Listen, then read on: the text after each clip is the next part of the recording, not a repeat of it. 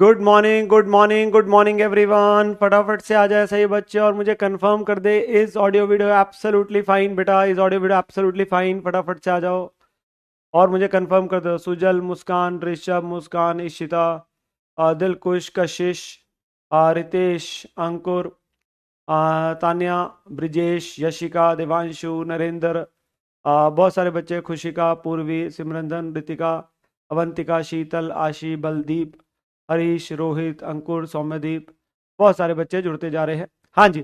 सो नमस्कार मेरे प्यारे बच्चों, आप सभी बच्चों का स्वागत है हमारी आज की सुबह की क्लास में of CA intermediate advance accounting.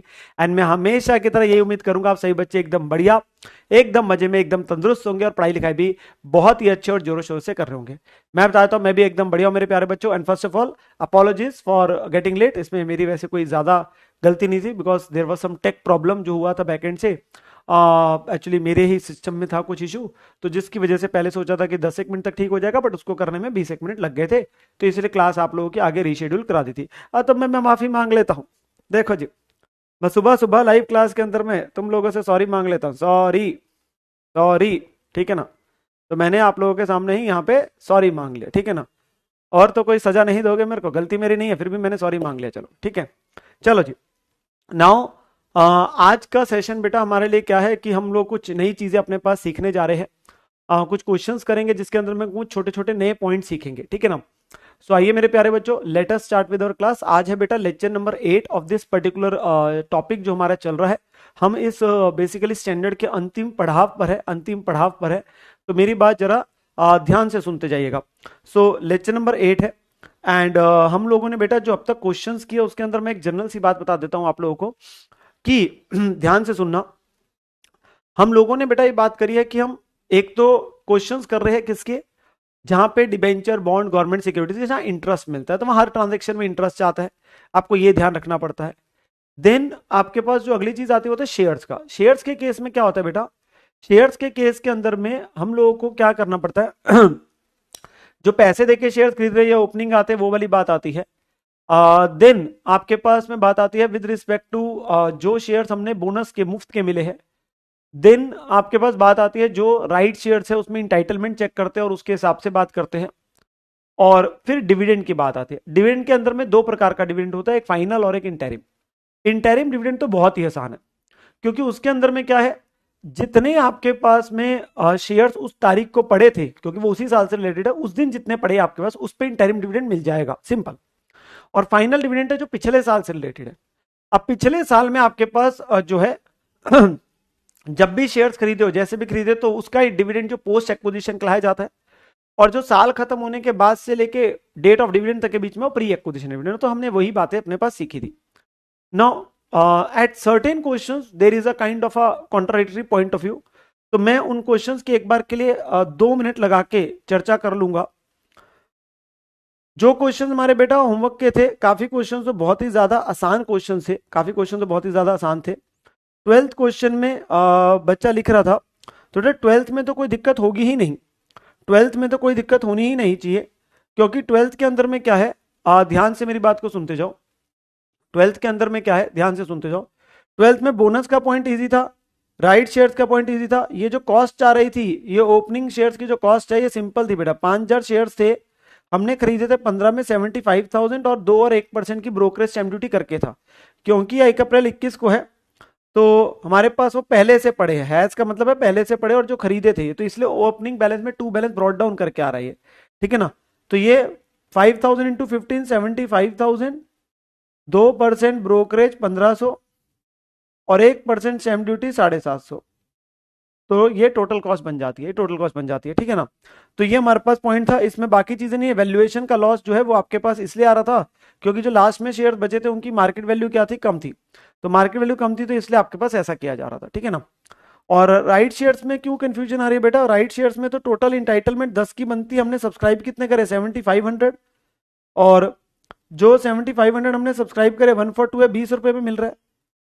1/4 को बेचा है हमने 10 रुपए के हिसाब से, तो हमने 3/4 को एक्सरसाइज करा 7500 शेयर्स को 20 रुपए पे। इसमें क्या दिक्कत है, इसमें क्या दिक्कत है। और जो बाकी का हक हमने बेच दिया 2500 का 10 के हिसाब से, वो profit on sale of right आपके पास, वो सिंपल पीएनएल में चला जाएगा, पैरा 13 ऑफ एएस 13। वो यही बात हमने सीखी है, ठीक है ना। देन मैंने और भी क्वेश्चन दिए थे, 13 तो आसान था, 14 में भी दिक्कत नहीं होगी, 15th was problem, 15th was problem. क्योंकि आप बच्चे जो है वो इंटेलिजेंट है, मैं ऐसे कहने की बात नहीं है, पर आप सच में इंटेलिजेंट है, ठीक है ना। तो बेटा ध्यान सुनो, वो आपको क्वेश्चन में बोलेगा स्टैम्प ड्यूटी, मैंने क्या बोला था, ब्रोकरेज स्टैम्प ड्यूटी जिस ट्रांजैक्शन के साथ दे रहा है उसी के साथ लेना, अपनी मर्जी से नहीं लेना कि किसी एक के साथ है तो सबके साथ हो जाएगा, ठीक है।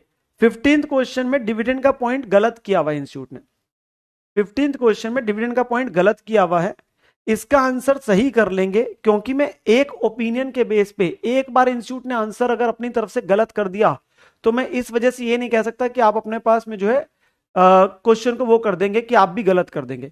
यहां पर बेटा जो करेक्ट आंसर है वो यहां पर ये आना चाहिए कि डिविडेंड ही 6600 आएगा, सारे का सारा क्या ही है, पोस्ट एक्विजिशन है। वो शेयर साल में जब भी खरीदे हो, पिछले साल में, क्योंकि ऐसे बहुत सारे क्वेश्चन हम क्लास में कर चुके हैं कि लास्ट ईयर में वो बीच में खरीदे, जब भी खरीदे हैं, हम उसमें लास्ट साल के में ये नहीं करते कि 3 महीने और 9 महीने जो कि यहां इंस्टीट्यूट ने किया है, लास्ट ईयर में जब भी खरीदे, क्योंकि ऐसे बहुत सारे क्वेश्चन है, we don't go month wise, हम साल खत्म होने के जो बाद खरीदे जाते हैं उसकी बात करते हैं, वो प्री एक्विजिशन है, पिछले साल के मंथ वाइज नहीं करते, समझे। तो इसी वजह से ये जो वैल्यू है ये भी आपके पास फर्क पड़ जाएगा, 134 माइनस 80 है 54,000, तो दिस इज करेक्ट आंसर। और ये मैं हमेशा क्लास में क्यों कराता हूं, ये मैं आपके क्लास में क्यों कराता हूं, क्योंकि आपको ये पता होना चाहिए कुछ जगहों पे इंस्टीट्यूट का ओपिनियन डिफरेंट है, कुछ क्वेश्चन में इंस्टीट्यूट का ओपिनियन डिफरेंट है, बिल्कुल ध्रुव बेटा कल भी किया था, तो फिर बैलेंस 54 आएगा, तो ये करेक्ट कर लेना, मैंने पहले बोल के भेजा था एक आंसर में दिक्कत है, आप कहेंगे सर आप पहले ही ठीक करके लिखते, ताकि आपको बेटा पता ही नहीं चलता कि इंस्टीट्यूट ने कभी ये ओपिनियन भी लिया है। भाई आज तक इतने क्वेश्चन करे हैं मेरे प्यारे बच्चों, पॉइंट बड़ा सिंपल है, पॉइंट बड़ा सिंपल है, मैं फिर से बोल देता हूं, मान लो जो साल है वो अप्रैल टू मार्च है, और डिविडेंड कंपनी दे रही है 10 सितंबर को। अब बेटा प्री एक्विजिशन कौन से होते हैं, जो शेयर इस दौरान में खरीदे होंगे, मान लो इस डेट पे 1 जून को और शेयर्स खरीदे, अब इन पे जो डिविडेंड मिलेगा वो प्री एक्विजिशन कहलाया जाएगा। पर इस साल में जो शेयर्स खरीदे हैं, अब वो जब भी खरीदे हो, वो जब भी खरीदे हो, यहां खरीदे यहां खरीदे यहां खरीदे, उन सारों पे पोस्ट एक्विजिशन ही बोलते हैं, हम महीने के हिसाब से नहीं चलते, और ऐसे हमने काफी क्वेश्चंस करे हैं क्लास में, और इंस्टीट्यूट ने यही किया। बेटा आप कोई रट्टेबाज हो क्या, इंस्टीट्यूट के आज तक ऐसे 5 क्वेश्चन बने हैं, मैं आपको बता देता हूं, क्लास में आप क्वेश्चन कर चुके हो, जिसको लगेगा कि सर नितिन सर कंफ्यूज कर रहे, कंफ्यूज नहीं कर रहा, तुम्हारा काम आसान कर रहा हूं और तुम्हें एक कॉन्सेप्ट सिखा रहा हूं, जाके देखो क्वेश्चन नंबर 12, उसमें भी हमने जो शेयर्स खरीदे थे वो 1 जनवरी को खरीदे थे, कुछ 15 मार्च को खरीदे थे, पर इन सारों पे आपके पास में क्या किया गया था, पोस्ट ही लिया था आपने, ये थोड़ी ना किया था 9 महीने और 3 महीने, 11.5 महीने और आधा महीना, क्वेश्चन 12 में सेम पॉइंट की है। फिर आपने ये क्वेश्चन 12 आपके पास क्लास का था, फिर आपके पास हमने कल क्वेश्चन किया, क्वेश्चन नंबर कौन सा किया था कल हमने, एक क्वेश्चन नंबर 11 किया था, इसमें भी सेम था कल, इसमें भी इंस्टीट्यूट ने ओपिनियन लिया हुआ है। तो इंस्टीट्यूट ने अगर 5 में से 4 जगह एक ओपिनियन लिया है तो मैं उसी से कॉन्सेप्ट बनाऊंगा ना। अगर वहां पे क्या होता है बेटा, कई बार कोई नया व्यक्ति आता है वो अपना ओपिनियन कर देता है, बेटा ये ओपिनियंस भी, यार तुम सोच रहे हो कि नितिन सर ओपिनियन ले रहे हैं, अरे भाई मैं इंस्टीट्यूट का ही वो ओपिनियन तुम्हें सिखा रहा हूं जो उन्होंने आज तक हमेशा मेजॉरिटी में लिया है। इंस्टीट्यूट वाले अपनी बात पे अटल नहीं रहते, अब तुम कैसे कॉन्सेप्ट सीखोगे, रट्टा मारोगे, अच्छा ये वाली वैल्यूज लिखी आएगी ना, जिस क्वेश्चन में 22% डिविडेंड का रेट होगा, हाँ उसमें ऐसे बांट देना, उसमें ऐसे बांट देना। भाई तुम कौन से जीवन में जी रहे हो, ये तो तुम्हारे लिए शुरुआत है, बहुत ज्यादा जगहों में तुम्हें पता चलेगा, रट्टा थोड़ी ना मारना भाई। 5 में से 4 जगह जहां इंस्टीट्यूट ने एक ओपिनियन लिया है और एक जगह उन्होंने कुछ और ले लिया, तो मैं तो वही आपके कॉन्सेप्ट दिमाग में बिठाऊंगा ना जहां मेजॉरिटी केस में उन्होंने ओपिनियन जो है वो जो लिया है। तो ये भी इंस्टीट्यूट का ही क्वेश्चन है, यहां उन्होंने ऐसे ही किया था, ये भी इंस्टीट्यूट का ही क्वेश्चन है जहां उन्होंने ऐसा किया था। तो अब खुद सोचो, इंस्टीट्यूट ने मेजरली केसेस में ओपिनियन वही लिया हुआ है कि पिछले साल में जब मर्जी खरीदे हो, पिछले साल में जब मर्जी खरीदे हो, हमारे लिए क्या है वो सारा पोस्ट है, वो इंस्टीट्यूट नहीं लिया हुआ है। एक क्वेश्चन की वजह से मैं आपका कॉन्सेप्ट थोड़ी ना खराब कर दूंगा। जतिन बेटा क्या करें, यही जीवन है, इंस्टीट्यूट ठीक नहीं करता, हाँ इंस्टीट्यूट को हम कहते रहते ठीक करो ठीक करो, कॉन्ट्राडिक्टरी ओपिनियन तो तुम ही देते हो। चलो अभी के लिए इस मुद्दे पे मैं ज्यादा देर तक बात नहीं करूंगा, doesn't make sense at all कि हम अपना टाइम खराब करें। मैंने आपको बता दिया क्या है, आप बच्चों को, बाकी आप बच्चे समझदार है, आपको पता है क्या सही है क्या गलत है। अच्छा जी, इस क्वेश्चन में तो कोई दिक्कत नहीं होगी यार, इसमें क्या दिक्कत है, बच्चा 17 में भी दिख रहा है दिक्कत है। 17 में क्यों दिक्कत आई भैया, 17 क्वेश्चन तो आसान है सारा। 17 क्वेश्चन में क्या प्रॉब्लम है, इसमें वैल्यूएशन का आपके पास है, वैल्यू ऑफ शेयर जो है वो आपके पास कॉस्ट ही कम थी, इसमें भी प्री और पोस्ट का पॉइंट था, सिंपल था। इस क्वेश्चन में तो कोई दिक्कत नहीं होगी 17 में, ठीक है ना। सुजल बेटा वो उन्होंने इसलिए किया है क्योंकि 3 मंथ्स और 9 मंथ्स का उन्होंने डिवाइड किया था उस क्वेश्चन में, समझो। उन्होंने बोला 6600 का है, जिसमें से वो कैपिटल है क्योंकि 3 मंथ्स का है और बाकी वो है, ठीक है ना। तो उन्होंने इसको नोट भी हमने लिखा हुआ है वो वहाँ पे, ठीक है ना। तो उन्होंने इस वजह से उसको किया हुआ है, ठीक है। चलिए क्वेश्चन नंबर 12 में वैल्यूएशन का क्या दिक्कत है बेटा, ये बैलेंसिंग फिगर देखो, ये अकाउंट की आ रही होगी और ये मार्केट वैल्यू है, ये कॉस्ट है। तो रूल क्या है, कॉस्ट और market value which ever is lower बेटा। तो कॉस्ट और market value which ever is lower के हिसाब से मार्केट वैल्यू कम है, अगर मार्केट वैल्यू कम है तो हम लॉस रिकॉर्ड करेंगे। यार आप लोग वही डाउट पूछे जाएंगे जो क्लास में इतनी बार कर चुके हैं, तो कैसे चलेगा जीवन में यार। यहाँ डिविडेंड जो था वो अपने पास सिंपल था, जो ओपनिंग शेयर्स है उसका जो डिविडेंड है वो डिविडेंड कॉलम में जा रहा है, जो हमने शेयर्स पैसे देके खरीदे उसका जो डिविडेंड है वो प्री एक्विजिशन है। वो कॉन्सेप्ट ही भाई सब क्या करे बैठे हैं बेटा। अभी मुझे जो कराना है टॉपिक मुझे वो कराने दो, तुम्हारे डाउट्स अगर बचे रह जाएंगे तो मैं उसके लिए डाउट सेशन अलग से रखूंगा, डोंट वरी, एल्स हमारा टॉपिक रह जाएगा। चलो, क्योंकि हर बच्चे का अपना डाउट है, हर बच्चा कहेगा सर मेरा, तो उन बच्चों के लिए अलग से डाउट सेशन हो जाता है जिनके कुछ डाउट रह जाते फिर भी। जो मुझे लगता है कि मेजोरिटी बच्चों के डाउट्स आते हैं वो मैं ऑलरेडी खुद ही आंसर कर देता हूं। जो आपके पास कई बार आते हैं बेटा वो आप अपनी तरफ से डाउट इंजन के अंदर में आप डाल सकते हैं, वहां से आंसर हो जाएंगे, डाउट इंजन में डाल दिया करो आपको जो लगता है। फिर भी अगर डाउट रह गया, क्योंकि वो कुछ बच्चों का, उसकी वजह से पूरी क्लास का हमारे पास क्या है, समय उसी में निकल जाएगा।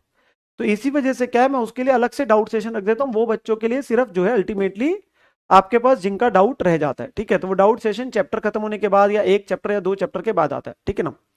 चलो, अभी जरा मेरे साथ में सही बच्चे आएंगे क्वेश्चन नंबर 16 पे। बेटा क्वेश्चन नंबर 16 में हमें उसने कुछ कहानी सुनाई है यहाँ पे। उसने बात करी है कि ए लिमिटेड ने, हम स्टार्ट कर रहा हूं मैं आज की क्लास को, प्लीज अपने पास में अपने आप को कंट्रोल करें इमोशंस को और मेरे साथ क्वेश्चन पे आ जाए। ए लिमिटेड ने परचेज करे 1 अप्रैल 21 को 8% convertible debenture in C limited, face value 2 lakh वाले 108 में, और 1 जुलाई को उन्होंने फिर खरीदे 1 लाख के डिबेंचर्स इतने में। तो ये डिबेंचर्स की बात चल रही है अभी, और फिर आगे भी जा रहा है, कुछ कुछ चीजें आ रही है। इंटरेस्ट की डेट 31 मार्च और 30 सितंबर है। अकाउंटिंग ईयर जो है उसने बोला है कैलेंडर ईयर है। तो साल जो है वो हमारा क्या है बेटा, जनवरी टू दिसंबर। हमसे कह रहे हैं क्या बना दीजिए, investment account in the books of A limited on average cost basis. हमें एवरेज कॉस्ट बेसिस से क्वेश्चन करना है। इसमें हम कुछ नई बात सीखेंगे, इसमें हम कुछ नई बात सीखेंगे, ठीक है जी, क्वेश्चन के अंदर में। तो मेरी बात जरा ध्यान से सुनते जाइएगा, आगे जाके एक नया पॉइंट आएगा हमारे लिए। तो I am going to start with the question. Question number हमारे पास कौन सा आ गया बेटा, क्वेश्चन नंबर है 16। हमारे पास आज जो बचे हुए क्वेश्चन है क्लास के वो हमने खत्म करने हैं बेटा। तो कुछ नए पॉइंट्स हैं, तो इसको मेरे साथ ध्यान से सीखते जाना। तो हमारा ये वाला कौन से वाले से रिलेटेड है, इस वाले कॉन्सेप्ट से रिलेटेड है। तो मैं अकाउंट का फॉर्मेट अपने पास बना लेता हूँ।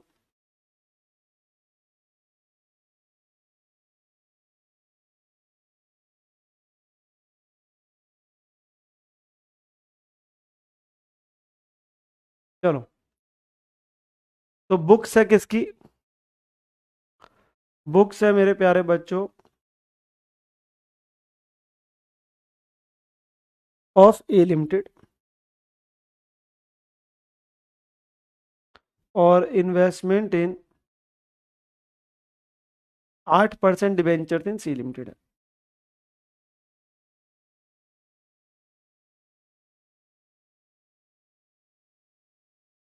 बेटा जो हमारे पास में, ध्यान से सुनेंगे, जो हमारे पास इंटरेस्ट की रेट्स है वो उसने लास्ट में लिखी थी 31 मार्च और 30 सितंबर है।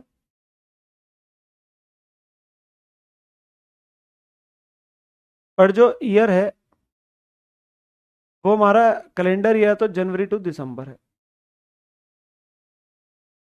ठीक है ना, ये कुछ बेसिक फैक्ट्स है जो मैंने यहाँ लिख दिए।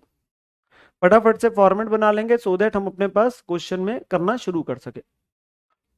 ठीक है जी, हम वैल्यूज डालना शुरू कर सके।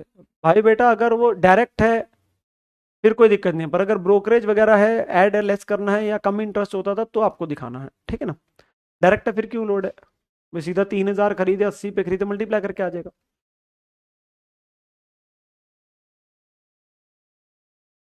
चलो फॉर्मेट बन जाएगा तो मुझे कंफर्म कर देंगे सही बच्चे, ताकि मैं वैल्यूज डालना शुरू करवा सकूं। एक एक करके पॉइंट पढ़ते जाएंगे और वो हम डालते जाएंगे। चलिए, बहुत ही बढ़िया, बहुत ही उम्दा, बहुत सारे बच्चों ने लिख दिया कि हमारा फॉर्मेट बन गया। नौ सबसे पहले मेरे प्यारे बच्चों क्वेश्चन ने क्या लिखा, हमने परचेज करे हैं 1 अप्रैल 21 को, तो पहले से कोई नहीं, ओपनिंग में कोई नहीं, खरीदे जा रहे हैं। 8% डिबेंचर से फेस वैल्यू कितने रुपीज वाले, 2 लाख रुपए वाले 108 में। तो यहां पर मैं हमारे पास बेटा कितने खरीदे हैं, 1 अप्रैल 21 को खरीदे हैं, फेस वैल्यू 2 लाख वाले 108 में। तो ट्रांजैक्शन आपकी डल जाएगी 1 अप्रैल को टू बैंक।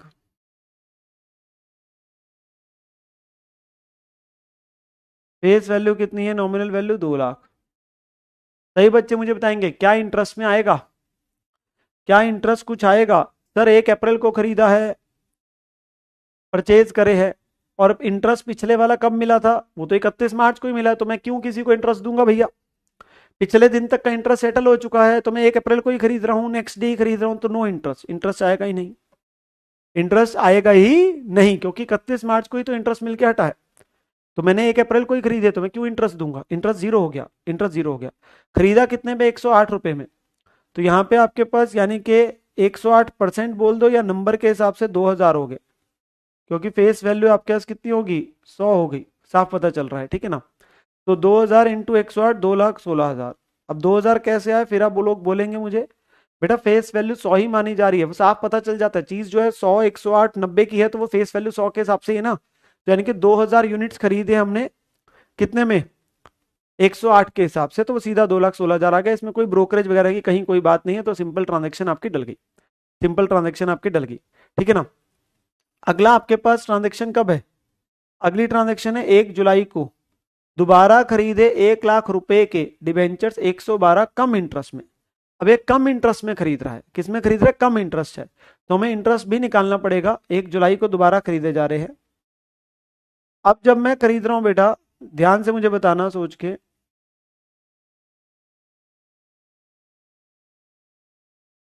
1 लाख रुपए वाले, क्या मैं जिससे खरीद रहा हूं उसको इंटरेस्ट दे रहा हूँ, the answer is absolutely yes.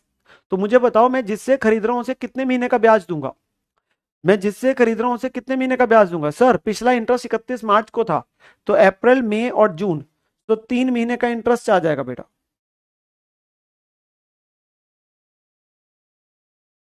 1 lakh पे 8% 3 महीने का, तो 2,000। और मेरी परचेज कॉस्ट जो बनेगी वो कितने बनेगी, 1,000 खरीदे हैं कितने में, 112 पे, तो 1,12,000। और सिंस ये कम इंटरेस्ट है तो इसी में इंटरेस्ट जुड़ा हुआ है, तो इंटरेस्ट क्या हो जाएगा, माइनस। तो मेरी कॉस्ट कितनी है, 1,10,000। मेरी कॉस्ट कितनी है, 1,10,000, क्योंकि डील जो थी वो कम इंटरेस्ट थी। कम इंटरेस्ट मीन्स 112 में ही ब्याज जुड़ा हुआ है, तो ब्याज क्या करना पड़ेगा, माइनस करना पड़ेगा, ब्याज क्या करना पड़ेगा, माइनस करना पड़ेगा। ठीक है ना, तो ये 2,000 और 1,10,000 आपकी वैल्यू डल जाएगी मेरे प्यारे बच्चों। ठीक है ना, तो ये 2,000 आ गया और ये 110 आ गया, 2,000 और 110। देन माय डियर स्टूडेंट्स, अब अगली ट्रांजेक्शन 1 अक्टूबर को कह रहा है, जो भी कह रहा है, पर मुझे बताओ 1 अक्टूबर से पहले क्या आया होगा। सर 1 अक्टूबर से पहले तो एक दिन आया है 30 सितंबर, तो 30 सितंबर को क्या मिलेगा, इंटरेस्ट मिलेगा। कितने महीने का मिलेगा, सर 6 महीने का मिलेगा। किस पे मिलेगा, सर जितनी वैल्यू के मेरे पास उस दिन डिबेंचर्स पड़े हैं, तो मेरे पास कितनी फेस वैल्यू के पड़े हैं, सर मेरे पास पड़े 2 लाख प्लस 1 लाख, 3 लाख की फेस वैल्यू के डिबेंचर्स पड़े हैं। तो मेरे को जो इंटरेस्ट मिलेगा वो 3 लाख की फेस वैल्यू पे मिलेगा फॉर 6 मंथ्स।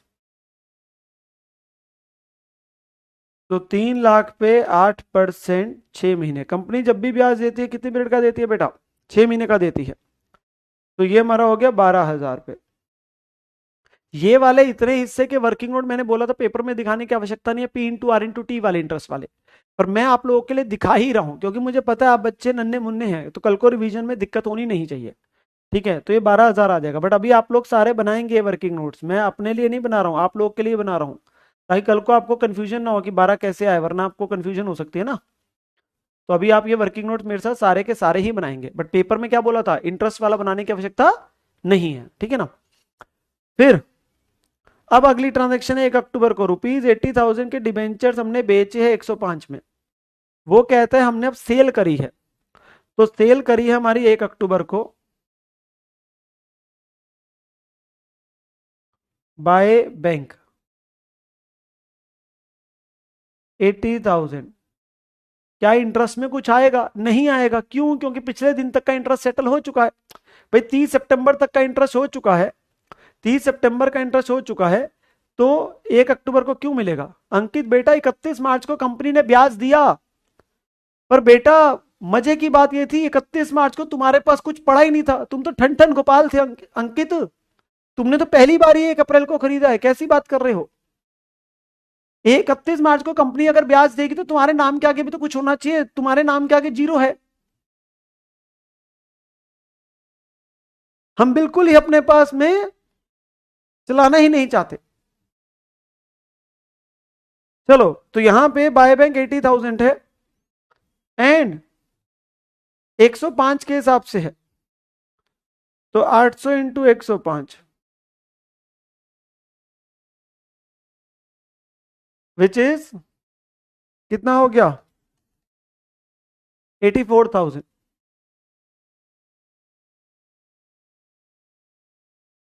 ठीक है,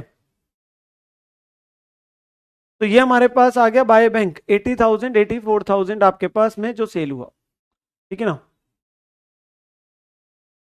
तो ये हमारे पास वैल्यू आ गया। अब जब बेचा है तो क्या निकलेगा? सही बच्चे, बेचा है तो क्या निकलेगा सर? प्रॉफिट लॉस निकलेगा।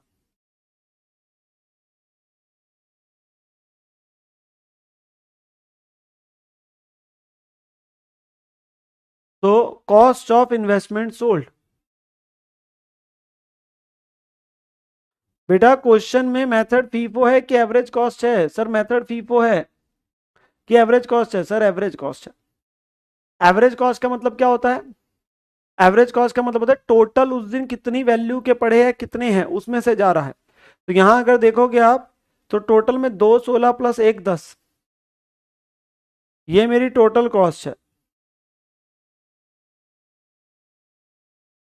और ये कितने वालों की है? 2 लाख प्लस 1 लाख, 3 लाख की, इंटू इसमें से कितने बेच रहा हूं? 80 के। तो यहां पर मैं 326 डिवाइडेड बाय 3 लाख इंटू 80,000,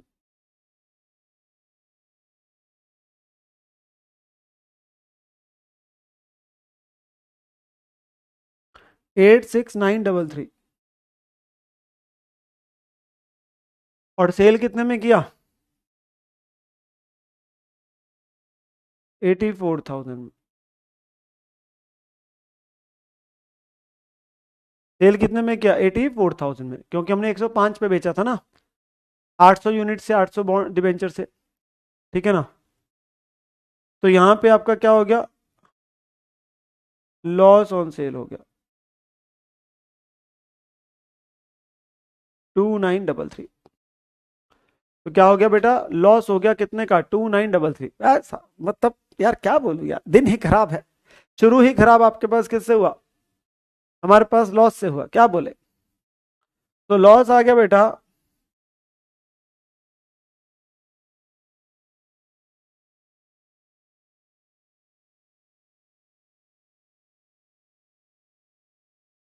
2933। 2933 का क्या है? हमारा लॉस है। 2933 का लॉस है। क्या आपको यहां तक लगा कि कुछ मैंने नया सिखाया, या वही सीखा जो अब तक किया हुआ था? सर वही सीखा है, हमें तो लग रहा था आप कुछ नया सिखाओगे, आप तो कह रहे थे ये तो हमने पहले 2-3 लेक्चर में सीख लिया था, इतना इसमें क्या कुछ नई बात थोड़ी ना है। हाँ, अब नया पॉइंट हमारे लिए आ रहा है जो हम सीखने जा रहे हैं। अब नया पॉइंट आने जा रहा है, अब ध्यान से सुनते जाना, ठीक है ना? यहां तक में कोई प्रॉब्लम की बात नहीं है। अब वो कहता है बेटा 1 दिसंबर को जाके सी लिमिटेड ने ऑप्शन दिया for conversion of 8% debentures into equity shares of 10 each. कहता है कि वो जो कंपनी है जिसके मेरे पास डिबेंचर पड़े हैं, ये एक्चुअली में पता है कौन से डिबेंचर है? कन्वर्टिबल। बताओ कन्वर्टिबल डिबेंचर कौन से होते हैं?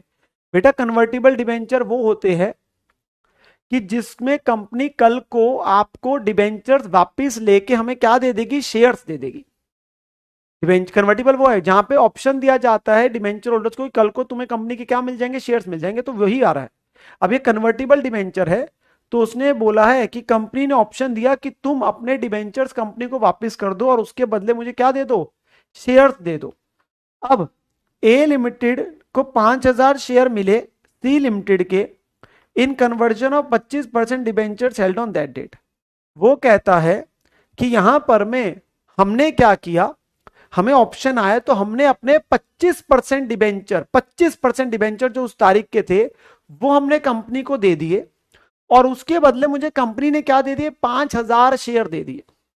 उसके बदले कंपनी ने मुझे क्या दे दिए? 5,000 शेयर दे दिए। मींस, ध्यान से सुनो बेटा, ये है हमारे पास में हमारा इन्वेस्टर ए लिमिटेड,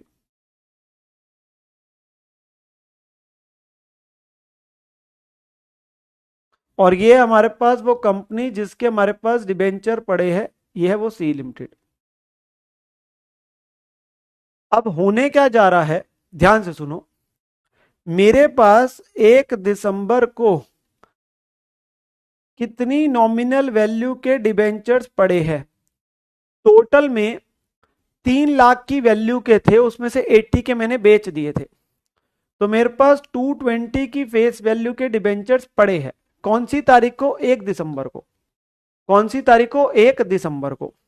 नाउ हम क्या कर रहे हैं यहां पे, कुछ कंपनी के साथ में हमारा क्या हो रहा है? एक सेटलमेंट हो रहा है। हम क्या कर रहे हैं बेटा, यहां पर में हम उनको कुछ दे रहे हैं, उसके बदले वो हमें कुछ दे रहे हैं। हमने उन्हें 25% डिबेंचर्स वापस दे दिए। 25% डिबेंचर्स मेरी तरफ से उनके पास चले गए। तो मुझे बताओ कितनी फेस वैल्यू के डिबेंचर्स चले गए? तो कितनी वैल्यू के? क्योंकि कंपनी के लिए रेलिवेंट क्या है? Face value. तो कितनी नॉमिनल वैल्यू के मैंने उनको दे दिए? 2,20,000 के मेरे पास पड़े हैं, उसके 25% विच इज 55,000। मैंने उतनी फेस वैल्यू के डिबेंचर उनको दे दिए, उसके बदले उन्होंने मुझे क्या दिया? तो मुझे क्या रिसीव हुए? Equity shares. कितने नंबर? इन नंबर कितने? 5,000 शेयर्स। तो मेरी तरफ से जा रहे 55,000 की फेस वैल्यू के डिबेंचर, और मुझे क्या मिल रहे? Equity share. अब बेटा मैं एक सरल सी बात करूंगा, क्या जो मेरे पास शेयर आ रहे हैं, क्या उसके बदले मैं कोई पैसा दे रहा हूं? The answer is no. जल्दी जब आप शेयर खरीदते हो तो आप पैसे पे खरीदते हो। तो बेटा आप जब शेयर्स खरीदते हो तो आपकी जो एंट्री बनती है वो बनती है investment in equity shares of C limited, account debit. ये कितने नंबर है? Number of shares 5,000। आप नॉर्मली टू बैंक करते हो जब खरीदते हो, पर यहां टू बैंक नहीं होगा। यहां टू बैंक नहीं होगा, पर शेयर आ रहे हैं, तो मेरे पास शेयर आ रहे हैं तो मेरी इन्वेस्टमेंट क्या हो गई? डेबिट हो गई। इन्वेस्टमेंट अकाउंट डेबिट हो गया शेयर्स का, इन्वेस्टमेंट इन इक्विटी, पर टू बैंक नहीं होगा। अच्छा दूसरी तरफ मुझे बताओ, आप अगर किसी को डिबेंचर बेचते हो, जैसे हमने बेचे तो एंट्री क्या होती है? Bank to investment. क्या यहां पैसे आ रहे हैं? नहीं, पर इन्वेस्टमेंट इन डिबेंचर्स कम हो गई। तो मेरे पास से एक चीज जा रही है और दूसरी चीज आ रही है। मेरे पास से एक चीज जा रही है और दूसरी चीज आ रही है। नॉमिनल वैल्यू है कितने के गए हैं मेरे पास से 55,000 के। तो अल्टीमेटली क्या हो रहा है, मेरे पास एक इन्वेस्टमेंट बढ़ रही है, एक इन्वेस्टमेंट कम हो रही है। बट इट इज नॉट कि जो वो खरीद रहा हूं उसके बदले पैसे दे रहा हूं, या जो मेरे पास आ रहा है उसके बदले पैसा आ रहा है। सिंपल सी बात है, ऐसा तो है नहीं। तो मेरे पास investment in equity share debit हो गया क्योंकि वो मेरे पास आ रहा है, और टू इन्वेस्टमेंट इन डिबेंचर्स हो गया क्योंकि वो मेरे पास से जा रहा है। अब यहां पर मैं, सिंपल सी बात है यार बेटा, इट इज लाइक यार, सिंपल सी बात है, मैं कोई चीज खरीद रहा हूं और दूसरी चीज दे रहा हूं, तो जो जा रहा है उसको क्रेडिट कर दिया। भाई इन्वेस्टमेंट इन डिबेंचर चले गए तो वो क्रेडिट कर दिया, और जो आ रहा है उसको डेबिट कर दिया। सिंपल। आप पैसे देके खरीदते तो इन्वेस्टमेंट इन आपके पास शेयर्स होता। सिंपल यार, एसेट है, जो एसेट जा रहा है वो क्रेडिट हो गया, reduction in asset is credit. जो एसेट आ रहा है उसको debit, debit word comes in, credit word goes out. Simple entry है। यहां टू बैंक बाय बैंक नहीं हो रहा, पैसे की बात नहीं हो रही, सीधा सिंपल बात है, बस पैसा नहीं है। अब सवाल उठता है, ये नॉमिनल वैल्यूज तो कंपनी के रिकॉर्ड्स के लिए है, चलो डिविडेंड और इंटरेस्ट के लिए है, पर ये जो एंट्री का अमाउंट है बेटा वो किससे आएगा, कॉस्ट से। कॉस्ट का मतलब क्या है, कॉस्ट का मतलब क्या है, कॉस्ट का मतलब ये है कि क्या ये 25% डिबेंचर्स मुझे किसी एक वैल्यू के पड़ रहे थे। मुझे एक चीज बताओ, क्या ये 25% डिबेंचर्स की मेरी खरीद थी ना, क्या ये 25% डिबेंचर्स की मेरी भी तो कोई खरीद है, मैंने पैसे देके खरीदे हुए ये। तो इनकी जो खरीद है वही कॉस्ट अब मेरी किसकी बन जाएगी, शेयर की बन जाएगी ऑब्वियसली। क्या कंपनी आपको कोई पैसा दे रही है डिबेंचर के जाने पे ना, क्या आपको अल्टीमेटली शेयर खरीदने पे कोई पैसा मिल रहा है, कोई देने पड़ रहे हैं ना, तो पैसा तो नहीं है। बट अल्टीमेटली जो आपकी उन 25% डिवेंचर्स की कॉस्ट बनती थी वही कॉस्ट अब किसकी बन जाएगी, उन शेयर्स की बन जाएगी। तो हमें यह जानना है कि उन डिवेंचर्स की मेरी कॉस्ट क्या है, उन डिवेंचर्स की मेरी कॉस्ट क्या है। तो cost of debentures converted, simple, वही कॉस्ट किसकी बन जाएगी, शेयर्स की। वही कॉस्ट किसकी बन जाएगी, शेयर्स की। तो अब यहां पर क्या हो रहा है, यहां पर क्या हो रहा है, मेरी टोटल कॉस्ट थी 3,26,000, कितनों की, 3,00,000 की। एवरेज कॉस्ट मेथड है ना, और उसी में से कितनी फेस वैल्यू के कन्वर्ट हुए, 55,000 के। उसी में से कितनी कॉस्ट किसके हुए, 55,000। 326 डिवाइडेड बाय 3,00,000 इंटू 55,000, 59767। मेरी एवरेज कॉस्ट तो बेटा यही थी ना, मेरी एवरेज कॉस्ट तो यही चल रही थी, जो बेचे थे उस समय भी, जो बेचे थे उस समय भी, और जो अब आपने के पास में जो अल्टीमेटली आप कन्वर्ट कर रहे हो वो भी वही है। कई बार बच्चे को अननेसेसरी डाउट आता है, क्योंकि बच्चे का काम है कि उसे डाउट लेके आना है, तो वो कहता है सर बेच भी तो दिए थे तो फर्क नहीं पड़ गया था। अरे यार कोई नए थोड़ी ना खरीदे थे, एवरेज कॉस्ट तो सेम ही रहेगी। आप इसको ऐसे भी देख सकते हो, जिसको लग रहा है टेबल में नॉमिनल वैल्यू और कॉस्ट, आपके पास 3 लाख नॉमिनल वैल्यू के जो थे उनकी कॉस्ट 326 थी, आपने इसमें से 80 बेच दिए थे, और उनकी कॉस्ट कितनी कम कर दी थी, 86933, जो चले गए थे। तो बचे कितने रह गए थे, 220, और उनकी कॉस्ट कितनी है, अब मैं पता है ना आप बच्चे 220 लगे रहेंगे ना, क्योंकि आप बच्चे आज तक एक चीज ही नहीं समझे, एवरेज कॉस्ट की बात को। भैया जब तक कोई नया नहीं खरीदूंगा, पर शेयर कॉस्ट तो, पर डिबेंचर कॉस्ट तो सेम ही रहेगी। आप इस पे लगा दो यार, आप आज तक एक चीज समझ ही नहीं पाते बार बार। भाई लॉट तो एक ही है, वो इकट्ठे में लॉट है, उस लॉट में जब तक कोई नई चीज नहीं खरीदूंगा उसकी पर शेयर कॉस्ट, पर डिबेंचर कॉस्ट चेंज ही नहीं होगी। वो जो पर शेयर कॉस्ट है वो तो सेम ही रहेगी ना। तो अब मैंने इसका 25% जो है वो कन्वर्ट कर रहा हूं, तो 25% कितना है, 55,000। तो इसका भी तो 25% हो गया ना, वही इसकी कॉस्ट है। तो वो कॉस्ट देखोगे तो कितनी आएगी, 59767। भाई टोटल की बात तो वही है, बात तो वही है ना, जब तक नया नहीं खरीदूंगा मेरे लिए तो पर कॉस्ट तो सेम ही रहेगी ना, पर डिबेंचर पर शेयर।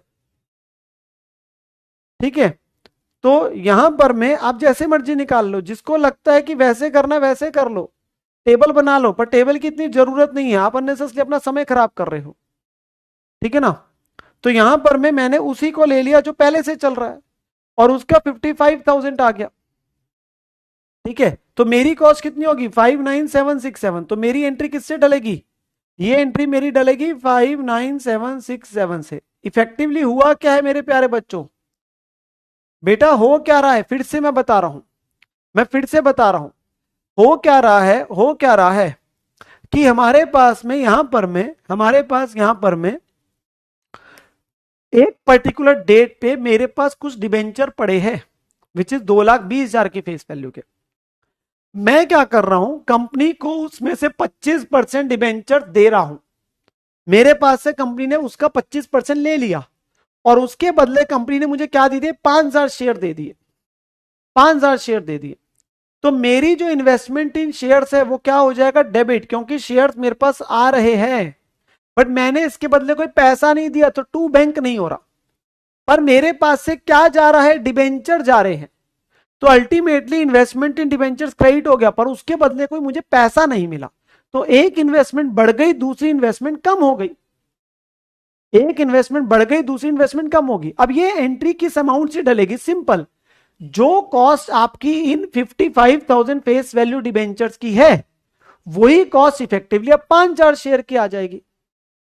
भाई जो फेस वैल्यू मेरे पास, जो कॉस्ट मेरी कितकी थी 55,000 की थी, जो कि इतनी है, वही कॉस्ट अब किसकी बन जाएगी, 5,000 शेयर की बन जाएगी। सिंपल सी बात है, क्योंकि मैं कोई पैसे नहीं दे रहा, मैं कोई पैसे नहीं ले रहा, तो मेरी जो कॉस्ट है वो इधर से हटके उधर चलेगी, उन 5,000 शेयर की बन गई। ठीक है ना, उन 5,000 शेयर की बन गई। क्या अभी तक यहां तक ये बात क्लियर है, मतलब कुछ बच्चे आगे बढ़ी जा रहे हैं, कुछ बच्चे बार बार ये बोले जा रहे हैं, अरे मितांशु बेटा आपने कितना खतरनाक सवाल पूछा। बेटा 3 लाख में से 80 भेज दिए तो 2,20 बचे थे ना 1 दिसंबर को, तो 1 दिसंबर को 2,20 बचे, लिखा तो इतना बड़ा, उसका 25% कन्वर्ट कर रहा है यार। तो यहां पे एंट्री क्या आएगी, पहले ध्यान से देखो मेरी बात, यहां पे एंट्री क्या बनी बेटा, 1 दिसंबर को by investment in equity shares, कितने हैं 55,000, और ये क्या है 59767, 59767। ठीक है ना, तो फेस वैल्यू उतनी कम हो गई और कॉस्ट यहां से बाहर हो गई। और दूसरी तरफ क्या बनेगा दूसरी तरफ क्या बनेगा,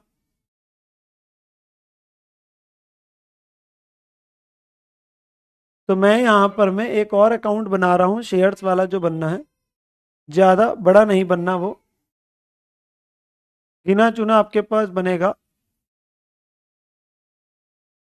तो कुछ ही ट्रांजैक्शन है, अगर भाई आ रहा हूं इंटरेस्ट पे, सबर नाम की चीज ही नहीं है यार कुछ बच्चों में, मैं क्या करूं इन बच्चों का, इन्हें लगता है आप भी अभी बता दो सारा कुछ, जो पॉइंट बता रहा हूं आधे बच्चों के दिमाग में वो नहीं जा रहा, और आधे बच्चों को अपनी है कि बस सर को ना बताने दे, हम पहले लगे रहे अपने सवाल पूछते रहे। बेटा सबर रखोगे जीवन में तो आगे बढ़ पाओगे, आप लोगों में सबर नहीं है सच में, मुझे डाउट है, भविष्य की चिंता है आप लोगों की भी और इस देश की भी, कि आप जैसे लोग चार्टर्ड अकाउंटेंट कल को बनेंगे और नहीं सीखेंगे तो क्या होगा आप लोगों का। ठीक है ना, तो हमारे पास एक अकाउंट है इन्वेस्टमेंट इन इक्विटी शेयर्स, तो ये अकाउंट में क्या आना है, क्योंकि डिविडेंड का मुद्दा नहीं है मेरा, तो यहां पर 1 दिसंबर को मेरे को पहले एक एंट्री तो पोस्ट करने दो, टू इन्वेस्टमेंट इन 8% डिवेंचर्स, कितने शेयर्स आए 5,000, और उनकी कॉस्ट कितनी है 59767। तो अल्टीमेटली आपके पास क्या है, जो हमारे डिबेंचर्स है उतने से इन्वेस्टमेंट अकाउंट कम हो गया, वो क्रेडिट हो गया, और शेयर्स का अकाउंट डेबिट हो गया, वो बढ़ गया, और रिस्पेक्टिव अकाउंट में उधर से नॉमिनल वैल्यू कम हुई, इधर नंबर आ गए, पर मेन जो है एंट्री तो अमाउंट से ही डलती है, जो एंट्री डल रही है वो तो अमाउंट से ही डल रही है किताबों में। तो यहां से इतनी कॉस्ट कम हो गई, क्योंकि जो कॉस्ट उनकी थी वो कॉस्ट अब किसकी बन गई 5,000 शेयर की बन गई, बात खत्म। तो पहले तो इतनी बात को समझना था कि जो मैंने एंट्री लिखवाई थी जो मैंने एंट्री लिखवाई थी वो आपके पास आएगा, ठीक है ना। तो ये हमारे पास 5,000 शेयर मिल रहे हैं। क्वेश्चन ने कहा इंद्रेश बेटा कंपनी जो दे रही है आपको, तो 5,000 शेयर वो दे रही है, और हमारे पास उनकी कॉस्ट इतनी है। जो डिबेंचर्स की कॉस्ट है वो किसकी कॉस्ट बन गई, शेयर्स की कॉस्ट बन गई, सिंपल। अब सवाल उठता है बेटा, मुझे बताओ कंपनी ने पिछला इंटरेस्ट हमें कब दिया था। सर कंपनी ने पिछला इंटरेस्ट 30 सितंबर को दिया था, जो हमें मिला था सबको, ठीक है। अब ध्यान से सुनो, ये ट्रांजैक्शन कब हुई है, 1 दिसंबर को। ये ट्रांजैक्शन कब हुई है, 1 दिसंबर को। अब होता क्या है, ध्यान से सुनो मेरी बात, मैं कंपनी का डिबेंचर होल्डर रहा हूं अक्टूबर और नवंबर के लिए, 2 महीने के लिए, क्योंकि कन्वर्जन 1 दिसंबर को करी। अब मैं 1 दिसंबर को कंपनी का क्या बन गया, शेयर होल्डर बन गया।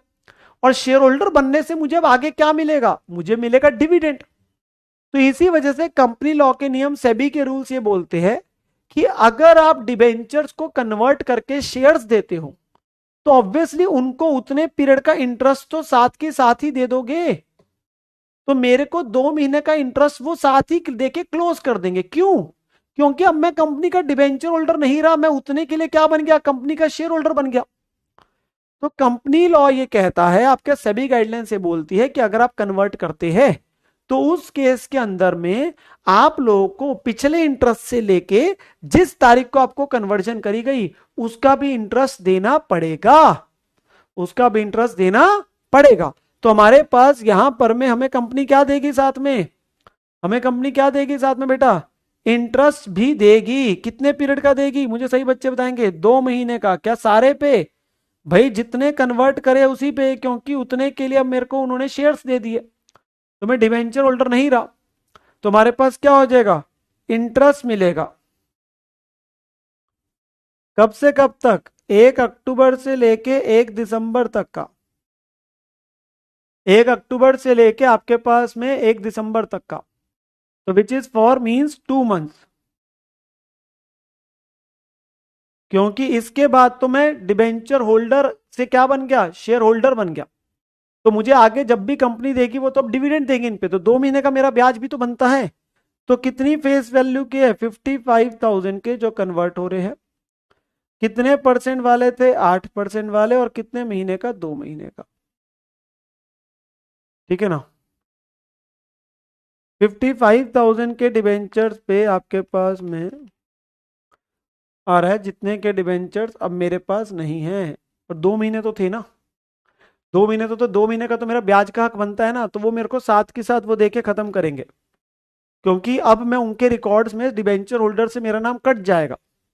अब मेरा नाम कहां चला जाएगा, लिस्ट ऑफ शेयर होल्डर्स में चला जाएगा। तो वो 2 महीने का ब्याज देके मेरा उतने हिस्से का तो मुद्दा खत्म करेंगे ना, उतने हिस्से का मुद्दा खत्म करेंगे। तो इसीलिए वो मुझे क्या देंगे, 2 महीने का क्या देंगे बेटा, इंटरेस्ट देंगे। 2 महीने का क्या देंगे बेटा, इंटरेस्ट देंगे, ठीक है ना। तो यहां पर बाय बैंक आ जाएगा, बाय बैंक आ जाएगा विच इज 733। तो ये ऑटोमेटिक एजम्पशन है, इसमें कुछ कहने की बात नहीं है, ऑटोमेटिक है। मतलब आप लिखना चाहते हैं एजम्पशन के रूप में कि इट इज अज्यूम्ड कि इंटरेस्ट रिसीव्ड, वो ऑटोमेटिक है, मिल ही रहा है। तो अज्यूम्ड इंटरेस्ट रिसीव्ड वो मिलना ही मिलना है बेटा, assumed interest on debentures converted is received, वो नहीं लिख रहा या लिख देगा, आपको तो ये आना ही आना है, आना ही आना है। 5,000 कौन से दिए, 5,000 इक्विटी शेयर दिए है यार रितेश बेटा, क्वेश्चन तो पढ़ो यार। बेटा हमें कंपनी ने 5,000 इक्विटी शेयर दिए थे, हमसे 25% डिबेंचर्स ले लिए थे।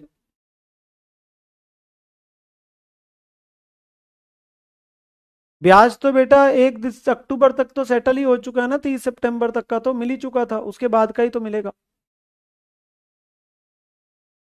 ठीक है ना। चलो, तो बाय बैंक 733 आएगा, क्या आएगा, by bank 733 on 1 December.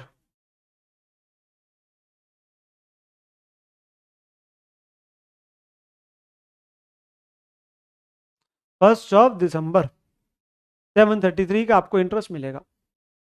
Now हमारे पास क्या है बेटा, ट्रांजैक्शन हमारी खत्म हो जाती है, कन्वर्जन वाला पार्ट खत्म हो गया आपके पास में, इसके बाद में कुछ नहीं बचा इसमें।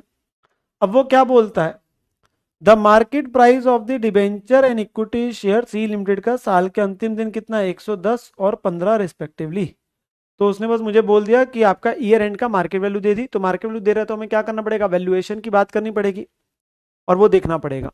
तो अभी पहले हम किसकी बात कर लेते हैं, क्या पहले डिबेंचर अकाउंट को क्लोज कर दे, यस सर।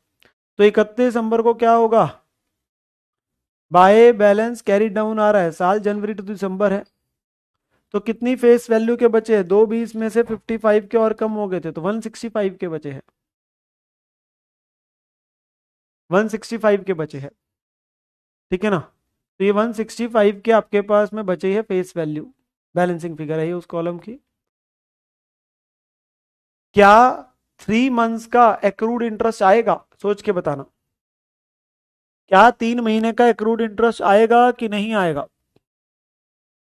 क्या 3 महीने का एक्रूड इंटरेस्ट आएगा कि नहीं आएगा, सर यस। क्योंकि पिछला इंटरेस्ट कंपनी ने कब दिया था, 30 सितंबर को, और साल कब खत्म हो रहा है, 31 दिसंबर को, तो 3 महीने का एक्रूड इंटरेस्ट आएगा ना। मिलेगा नहीं, एक्रूड इंटरेस्ट आएगा, मिलेगा नहीं, एक्रूड इंटरेस्ट आएगा, 3 महीने का एक्रूड इंटरेस्ट आएगा। तो एक्रूड इंटरेस्ट कितने बना, 165 पे, ये मान लो फिफ्थ वर्किंग नोट था, ये सिक्स आ गया,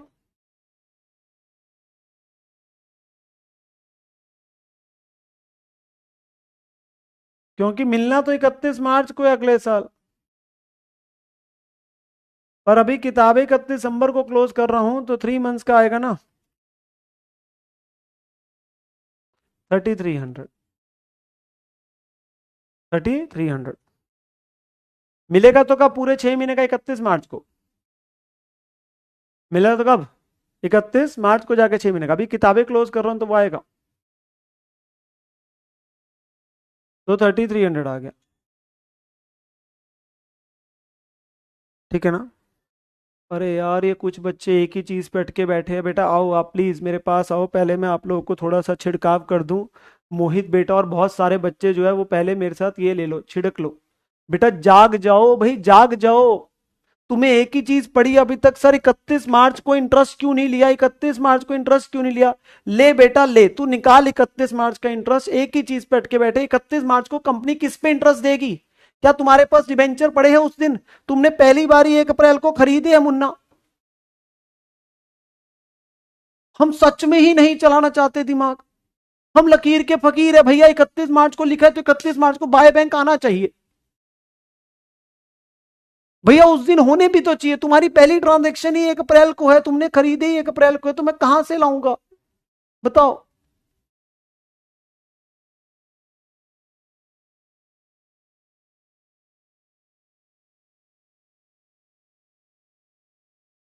तुम्हें कुछ हो ना हो, किसी दिन ऐसे सवालों के बाद मुझे कुछ झटका हो जाएगा, फिर संभाल लेना।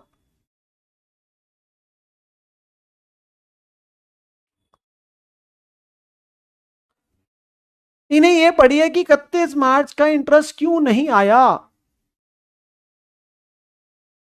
बताओ, इन्हें कोई समझाए जरा, भैया इंटरेस्ट तभी मिलेगा जब तुम्हारे पास कुछ पड़ा है। मैं पानी पी लेता हूं।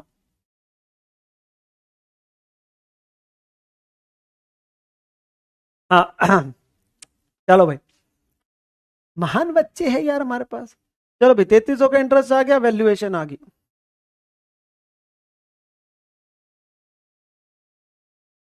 कितनी नॉमिनल वैल्यू के है,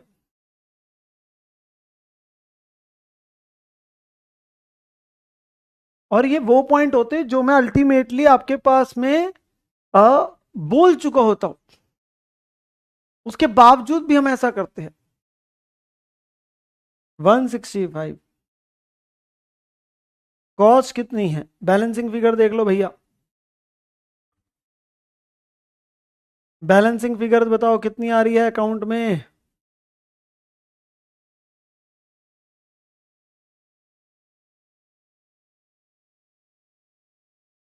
179,300 आ रही होगी, चेक करो जो अकाउंट में आ रही है। और मार्केट वैल्यू कितनी है? 110। तो 1650 यानी कि डिबेंचर है 110 के हिसाब से है 181,500। तो क्या ही कम है, कॉस्ट ही कम है। तो लोअर इज कॉस्ट,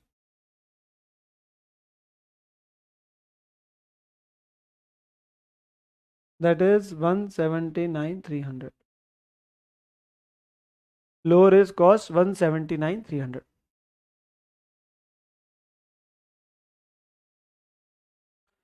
179,300। तो इसमें कोई वैल्यूएशन का लॉस रिकॉर्ड नहीं हो रहा है। इनके पास में इनकी कॉस्ट ही कम है। क्या कम है? कॉस्ट ही कम है। तो इसका कोई लॉस नहीं आएगा, ठीक है ना।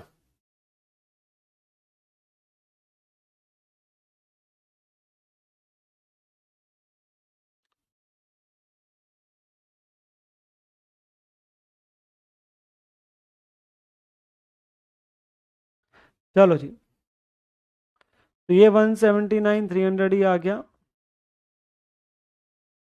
तो यहाँ पे ये क्लोज हो जाएगा और फाइनली इंटरेस्ट कहाँ चला जाएगा बेटा? पीएनएल में। वो वहां जाके कॉलम क्लोज हो जाएगा।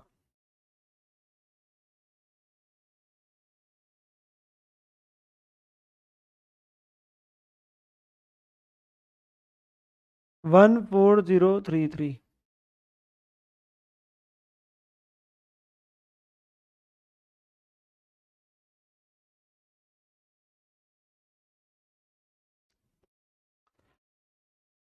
तो वैल्यूएशन का अल्टीमेटली हमेशा तभी होता है, वैल्यूएशन का हमेशा तभी होता है बेटा, जब भी आपके पास में जो है वो मार्केट वैल्यू देता है तो हम वैल्यूएशन का वर्किंग नोट बनाते हैं। कितनी हमारे पास कॉस्ट है वो तो अकाउंट से ही आ जाती है, और market value which average lower, ठीक है ना। विच एवरेज लोअर, तो वैल्यूएशन वाला आपके पास मैंने सिखा दिया, वो हम पहली बार तो कर नहीं रहे, 8वां लेक्चर है, कम से कम 10 या 15 क्वेश्चन में कर चुके हैं सभी ना बेटा, कि वैल्यूएशन का मतलब क्या है, मार्केट प्राइस दे रहा है तो आ जाएगा आपके पास। यहाँ पे बेटा इस एंट्री को इसके साथ मर्ज नहीं करेंगे, ये तो कन्वर्जन है। आइडली इंटरेस्ट तो पैसा कंपनी दे रही है तो वो बैंक टू इंटरेस्ट होगा ना, तो अब इसी एंट्री में कैसे डाल देंगे, वो तो पैसा मिल रहा है तो बैंक टू इंटरेस्ट की एंट्री है, ठीक है ना। वैल्यूएशन में लॉस आता तो क्या ट्रीटमेंट होता प्रहलाद बेटा? इतना इंटेलिजेंट डाउट है बेटा, तो उस केस में हम लॉस यहाँ डालते हैं जितना भी कम कर रहे हो और वो वैल्यू कम होकर दिख जाती है। यार कोई नया सवाल पूछो तो अच्छा लगेगा, 8वां लेक्चर है, ऐसे सवाल पूछ रहे हो जो कर चुके हैं। भाई कन्वर्जन का पॉइंट नहीं आता, तुम तो बाकी क्वेश्चन में सारे पॉइंट ही नए बना दिए तुमने। सिर्फ conversion was the new point for us, बाकी तो सब किया हुआ है और उसको लेके 10-10 20-20 क्वेश्चन कर लिए, हम अब तक उसी में कंफ्यूज बैठे हैं। चलो, अब हमारे पास बेटा 31 नवंबर को इसकी भी वैल्यूएशन कर लेते हैं, क्योंकि इसके पास भी, हमारे पास इसके भी शेयर्स पड़े हैं जो है, और इनकी मार्केट वैल्यू कितनी दी है? 15 दी है। तो 5,000 शेयर्स है, 5,000 शेयर्स है।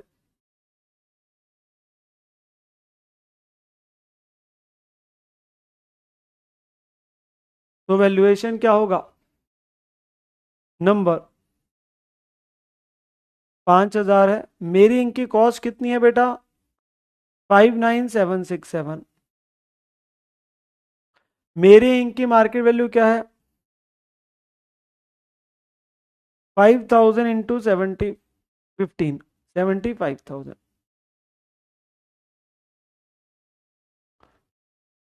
तो लोअर क्या है?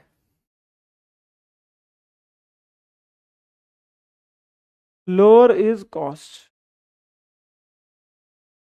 That is 59,767।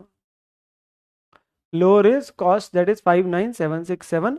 तो यहां पे भी कोई वैल्यूएशन का लॉस नहीं आ रहा, तो ये अकाउंट ऐसे ही क्या हो जाएगा? बस खत्म हो जाएगा। डिविडेंड तो तभी आएगा ना जब अल्टीमेटली आपके पास होगा, ठीक है ना। डिविडेंड तो तभी आएगा जब आपके पास होगा। Honestly speaking after seeing the chat off so many student, जहाँ पे वो बहुत सारे डाउट्स लिखते रहते हैं, बच्चे बहुत सारे हमारे सोचते रहते हैं, मेरे को ऐसा सच में लगता है कि बहुत सारे जो बच्चे हमारे पास सिर्फ घर पे बैठे मेरे को सुन रहे पढ़ रहे, क्योंकि 80 से 90% जनता वही है जो मेरी बात को आराम से सुनती है, उसको इम्प्लीमेंट करती है, उसी को सीखती है, ठीक है ना। वो अननेसेसरी चैट में नहीं पढ़ती। तो वो बच्चे भी बेचारे ना कई बार यही सोचते हैं, और हमेशा बच्चे बोलते हैं कि सर ये बाकी बच्चे क्या लिखते रहते पूरे टाइम चैट पे, हमारे तो मन में ऐसे सवाल भी नहीं आते, ये कहाँ कहाँ से सोच के लाते हैं और ये क्यों नहीं ध्यान से आपकी बात को सुनते। अगर ध्यान से सुनेंगे तो ऐसे डाउट आएंगे ही नहीं। हमें तो नहीं आते, हमें चीज समझ आ जाती है पहली बार में। आप 2 बार 3 बार अपनी तरफ से ही रिपीट कर देते हो, कॉन्सेप्ट के पॉइंट्स आपने सारे सिखाए होते हैं, जो नया पॉइंट होता है उस पर मैं स्ट्रेस देके 3 3 बार रिपीट कर देता हूँ, पर फिर भी बहुत सारे बच्चे कुछ ना कुछ नया लिखते रहते हैं। तो बाकी बच्चे बेचारे कंफ्यूज घूमते हैं कि ये आते कहाँ से ऐसे बच्चे सच में। और फिर मैं भी यही सोचता हूँ कि ये बच्चे आते कहाँ से हैं।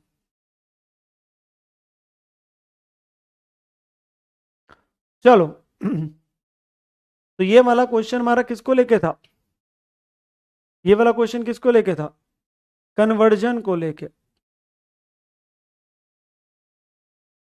ये वाला क्वेश्चन किसको लेके था, कन्वर्जन को लेके।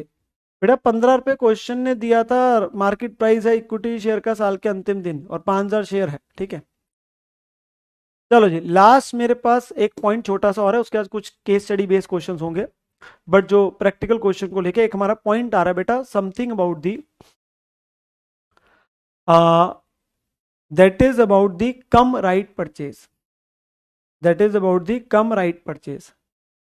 कम राइट परचेज जो है वो एक हमारे पास एक्सेप्शन है टू पैरा 13 ऑफ AS13। नौ एक न्यू टॉपिक है, उसको लेके हमारे 2 एक क्वेश्चन है, और एक जगह कल आया था तो मैं उसका रोल भी समझा दूंगा। नौ में एक पॉइंट पढ़ने जा रहे हैं, मेरी बात ध्यान से सुनते जाना। हम एक पॉइंट सीखने जा रहे हैं बेटा। हमने अभी तक क्या सीखा था, हमने कहा था कि जो आपका हक आप बेचते हो, जो कि हक हम बेचते हैं, वो जो हमने हक बेचा उसके जो पैसे आते हैं वो कहाँ जाते हैं, वो नॉर्मल रूल था। जब भी आप हक बेचते हो सेल ऑफ राइट कहाँ जाता है, सेल ऑफ राइट कहाँ जाता है सर, वो PNL में सीधा चला जाता है पैरा 13 ऑफ AS13 के हिसाब से। यही हमने अपने पास किया।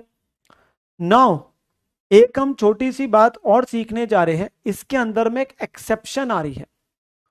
एक इस पॉइंट में ये एक जनरल रूल है, अब जनरल रूल की क्या सीखने जा रहे हैं, एक एक्सेप्शन सीखने जा रहे हैं। नो एक्सेप्शन कब आती है, एक पॉइंट यहां पे हेडिंग में लिखा गया, अगर कोई कम राइट परचेज है। Know what is a come right purchase, बेटा होता क्या है, देर is a sequence of the events जो चलते हैं। सीक्वेंस ऑफ इवेंट्स का मतलब क्या है, कंपनी क्या करती है, जैसे कि एक बोर्ड मीटिंग हुई जहां पे उन्होंने राइट को डिक्लेयर करा, मतलब उन्होंने ये एक बोर्ड मीटिंग हुई जहां पे उन्होंने ये फैसला कर दिया कि भाई ऐसा है, जिस जिस व्यक्ति के पास कंपनी के शेयर्स होंगे एक फलानी डेट पे, हम उन सभी लोगों को कंपनी के शेयर सस्ते दाम पे खरीदने का मौका देंगे। तो बोर्ड मीटिंग तो कुछ दिन पहले हो गई, जहां पे फैसला ले लिया गया। मान लो ये बोर्ड मीटिंग हमारे पास हो रही है बेटा 10 जून को, और कंपनी ने जो डेट उठानी है वो उठानी है 15 जून को। 15 जून कौन सी डेट है, 15 जून वो डेट होगी जिस दिन की वो लिस्ट उठाएगी। हाँ हाँ ये शेयर होल्डर है, अच्छा भाई इनको भेजो, इंटाइटलमेंट इनकी बनती है 145 245 के हिसाब से, और इन्हें हम सस्ते पे खरीदने का मौका दोगे। मुझे बताओ, जिस दिन ये एक फैसला हो गया कि कुछ दिन बाद जाके कंपनी हमें सस्ते दाम पे शेयर ऑफर करेगी, क्या मार्केट में एक एक्सपेक्टेशन की वजह से क्या मार्केट में दाम बढ़ जाएगा शेयर का? क्योंकि अब एक मार्केट में न्यूज आ गई है कि 5 दिन बाद जिस जिस व्यक्ति के पास कंपनी के शेयर होंगे उसे कंपनी का शेयर क्या मिलेगा, सस्ते दाम पे मिलेगा। तो बेटा अब जो मार्केट में शेयर का दाम है वो थोड़ा सा बढ़ जाएगा, नॉर्मल से ज्यादा हो जाएगा। उस प्राइस को हम बोलते हैं, यहां पे नाम बोलते हैं कम राइट। कम का मतलब है इंक्लूडिंग राइट। इस समय आप अगर कंपनी का शेयर खरीदेंगे तो आपको महंगा खरीदना पड़ेगा। क्यों, एक्स्ट्रा पैसे क्यों देने पड़ रहे हैं, वो एक्स्ट्रा पैसे इसलिए देने पड़ेंगे क्योंकि अब जो कंपनी के जो लोग अब शेयर होल्डर होंगे 15 जून को, उन्हें कंपनी का शेयर सस्ते दाम पे मिलेगा, उन्हें कंपनी का शेयर सस्ते दाम पे मिलेगा। तो मान लीजिए मैं एक एग्जांपल लेता हूं यहां पे कि कम राइट प्राइस जो है कंपनी के शेयर का वो 12,000 है। मींस आपने 12 जून को कंपनी का शेयर खरीदा, तो आप एंट्री क्या डालोगे, टू बैंक करोगे इन्वेस्टमेंट अकाउंट में, और आपने कितने रुपए का शेयर खरीदा कंपनी का, 12,000 का। आपने कंपनी का शेयर कितने का खरीदा? 12,000 रुपए का। तो आपको 12,000 का शेयर पड़ा, ये महंगा पड़ा है नॉर्मल से, ये महंगा पड़ा है। जैसे ही जिस तारीख की कंपनी होल्डिंग ले लेगी, जिस दिन की अब लिस्ट उठा ली 15 जून को, बेटा 15 जून के अगले ही दिन इमीडिएटली मार्केट में अब उसका कोई फर्क नहीं पड़ेगा, अब वो फिर से कम हो जाएगा। क्योंकि अब जो भी व्यक्ति शेयर खरीदेगा उसको कोई इंटाइटलमेंट नहीं मिलनी ना इमीडिएटली, वो तो पता नहीं अब कब मिलेगी। तो मार्केट में दाम जो होगा वो एक बार के लिए क्या हो जाएगा, अगले दिन गिर जाएगा। तो वो क्या हो जाएगा, एक्स राइट हो जाएगा, जिस दिन की उन्होंने रिकॉर्ड डेट उठा ली। रिकॉर्ड डेट का मतलब क्या, लिस्ट उठा ली, हाँ ये लोग एलिजिबल है जिनको अब हम ऑफर देंगे कि तुम कंपनी का शेयर सस्ते दाम पे खरीद सकते हो। अब यहां पर मैं एक पॉइंट समझना, अब यहां पर मैं एक मेरा पॉइंट समझना, जो हमें स्टैंडर्ड कहता है, हमें स्टैंडर्ड जो कहता है वो कहता है कि तुमने इस दौरान में कंपनी का शेयर खरीदा जो कि महंगा मिल रहा था, जो कि महंगा मिला, तो तुमने पैसे देके शेयर खरीदे, और बाद में जब तुम्हें इंटाइटलमेंट दी गई, तुम्हें बोला गया कि तुम कंपनी का शेयर खरीद सकते हो, तुमने शेयर नहीं खरीदा और सस्ते दाम पे, पर तुमने अपना हक किसी और को बेच दिया, तुमने अपना हक किसी और को बेच दिया। तो बेटा आपके पास में अब जो एक्सराइट प्राइस है कंपनी का वो बाद में 10 हो गया। तो मेरे को बताओ मैंने नॉर्मल से कितना महंगा शेयर खरीदा था? हमने खरीदा था 2,000 महंगा शेयर खरीदा है। तो हमें स्टैंडर्ड क्या बोलता है, हमें स्टैंडर्ड कहता है कि कल को जब तुम हक को बेचोगे, जब तुम हक को बेचोगे, मान लो मेरे को कंपनी ने अब इंटाइटलमेंट दी और कहा कि तुम अब अपने पास ये शेयर्स खरीद सकते हो और एक प्राइस पे, पर मैंने कहा नहीं नहीं मेरे पास पैसे नहीं, मैं नहीं खरीद रहा, मैंने अपना किसी और को बेच दिया, मैंने अपना किसी और को बेच दिया। तो मान लो मैंने अपना हक अपना किसी और को 3,000 में बेच दिया। अभी तक ये 3,000 पे आप सीधा कहां लेके जाते थे? जनरल रूल क्या था? जनरल रूल था कि ये 3,000 सीधा सारा पीएनएल में जाता था। जनरल रूल ये था कि ये सीधा पीएनएल में जाता था। पैरा 13 ऑफ 13 के एस 13 के हिसाब से यही करते थे ना, कि अगर कल को हक जो है वो आपके पास में आपने बेचा तो आप इसे पीएनएल में ले जाओगे। अब हमें स्टैंडर्ड कहता है, हमें स्टैंडर्ड कहता है क्योंकि तुमने शेयर 2,000 महंगा खरीदा हुआ है, क्योंकि तुमने कम राइट खरीदा हुआ है, और बाद में जो मार्केट में दाम है वो कम हो गया, तो तुम क्या करोगे, इस 3,000 में से 2,000 की अपनी कॉस्ट कम कर लोगे, लाइक प्री एक्विजिशन डिविडेंड, क्योंकि तुमने महंगा खरीदा है। तुम्हारा ये जो शेयर यहां टू बैंक के नाम से पड़ा है, ये 12,000 यहां पे दिख रहा है, ये महंगा है इन्वेस्टमेंट अकाउंट में, तो तुम क्या करोगे, यहां बाय बैंक डालोगे 2,000 पे, जिससे कि ये शेयर की जो किताबों में वैल्यू है वो मार्केट वैल्यू पे पहुंच जाएगी, और इससे ऊपरला जितना तुमने हक बेचा वो पीएनएल में ले जाओ। भाई सिंपल सी बात है यार, तुम्हें शेयर महंगा पड़ा क्योंकि तुमने उस दौरान में खरीदा जिस समय इस एक्सपेक्टेशन हो गई थी कि कंपनी कुछ दिनों में शेयर देगी राइट वाले सस्ते दाम पे। तुमने क्योंकि शेयर महंगा खरीदा और बाद में तुम हक बेच रहे हो किसी को, तो हक बेचने पे जो पैसे आ रहे हैं वो कहता है कि जो हक बेचने पे पैसे आए वो सीधा पीएनएल मत लेके जाओ, तुमने जितना शेयर महंगा खरीदा था पहले उतने से अपनी कॉस्ट कम कर लो, पहले उतने से अपनी कॉस्ट कम कर लो। तो हमारे पास में 2,000 पे कहां जाएगा, इन्वेस्टमेंट में जाएगा, और 1,000 पे कहां जाएगा, जो एक्सेस है पीएनएल में जाएगा। तो रूल क्या है देखो, रूल है तो sale of right up to maximum 2,000 तक कहां जाएगा, इन्वेस्टमेंट में।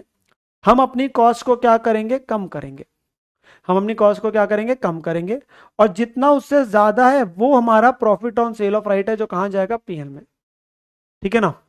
अब बच्चे ने पूछा, शुभम बेटा आपके अब नीचे लिख दिया अगला केस, पेशेंस नहीं है ना, अगर हमने हक बेचा ही 1,500 में, अब क्या करेंगे, अब क्या करेंगे? भाई तो 1,500 से ही कॉस्ट कम करूंगा, मैक्सिमम 2 से कर सकता हूं, भाई मैक्सिमम ही 2 से कर सकता हूं, भाई मैक्सिमम ही 2 से कर सकता हूं। तो हमारे पास में अगर 1,500 है तो 1,500 के 1,500 से इन्वेस्टमेंट कम हो जाएगी, सिंपल बात है। भाई हमने 2,000 महंगा खरीदा है, तो मैं मैक्सिमम 2 से कम कर सकता हूं। अगर हक 2 से ऊपर में बेचा तो 2 तक से इन्वेस्टमेंट कम करूंगा, 1000 पीएल में ले गया। अगर बेचा ही 1500 में तो 1500 की 1500 से इन्वेस्टमेंट कम करूंगा बस। अब ये भी तो केस हो सकता है जो तुम नहीं सोच रहे। जरूरी थोड़ी ना हक बेचूंगा, मेरे पास वाधु पैसा है, वैसे है नहीं पर कह देता हूं, मेरे पास वाधु पैसा है, कंपनी ने मुझे और सस्ते दाम पे शेयर खरीदने का मौका दिया, मैंने शेयर खरीद लिए।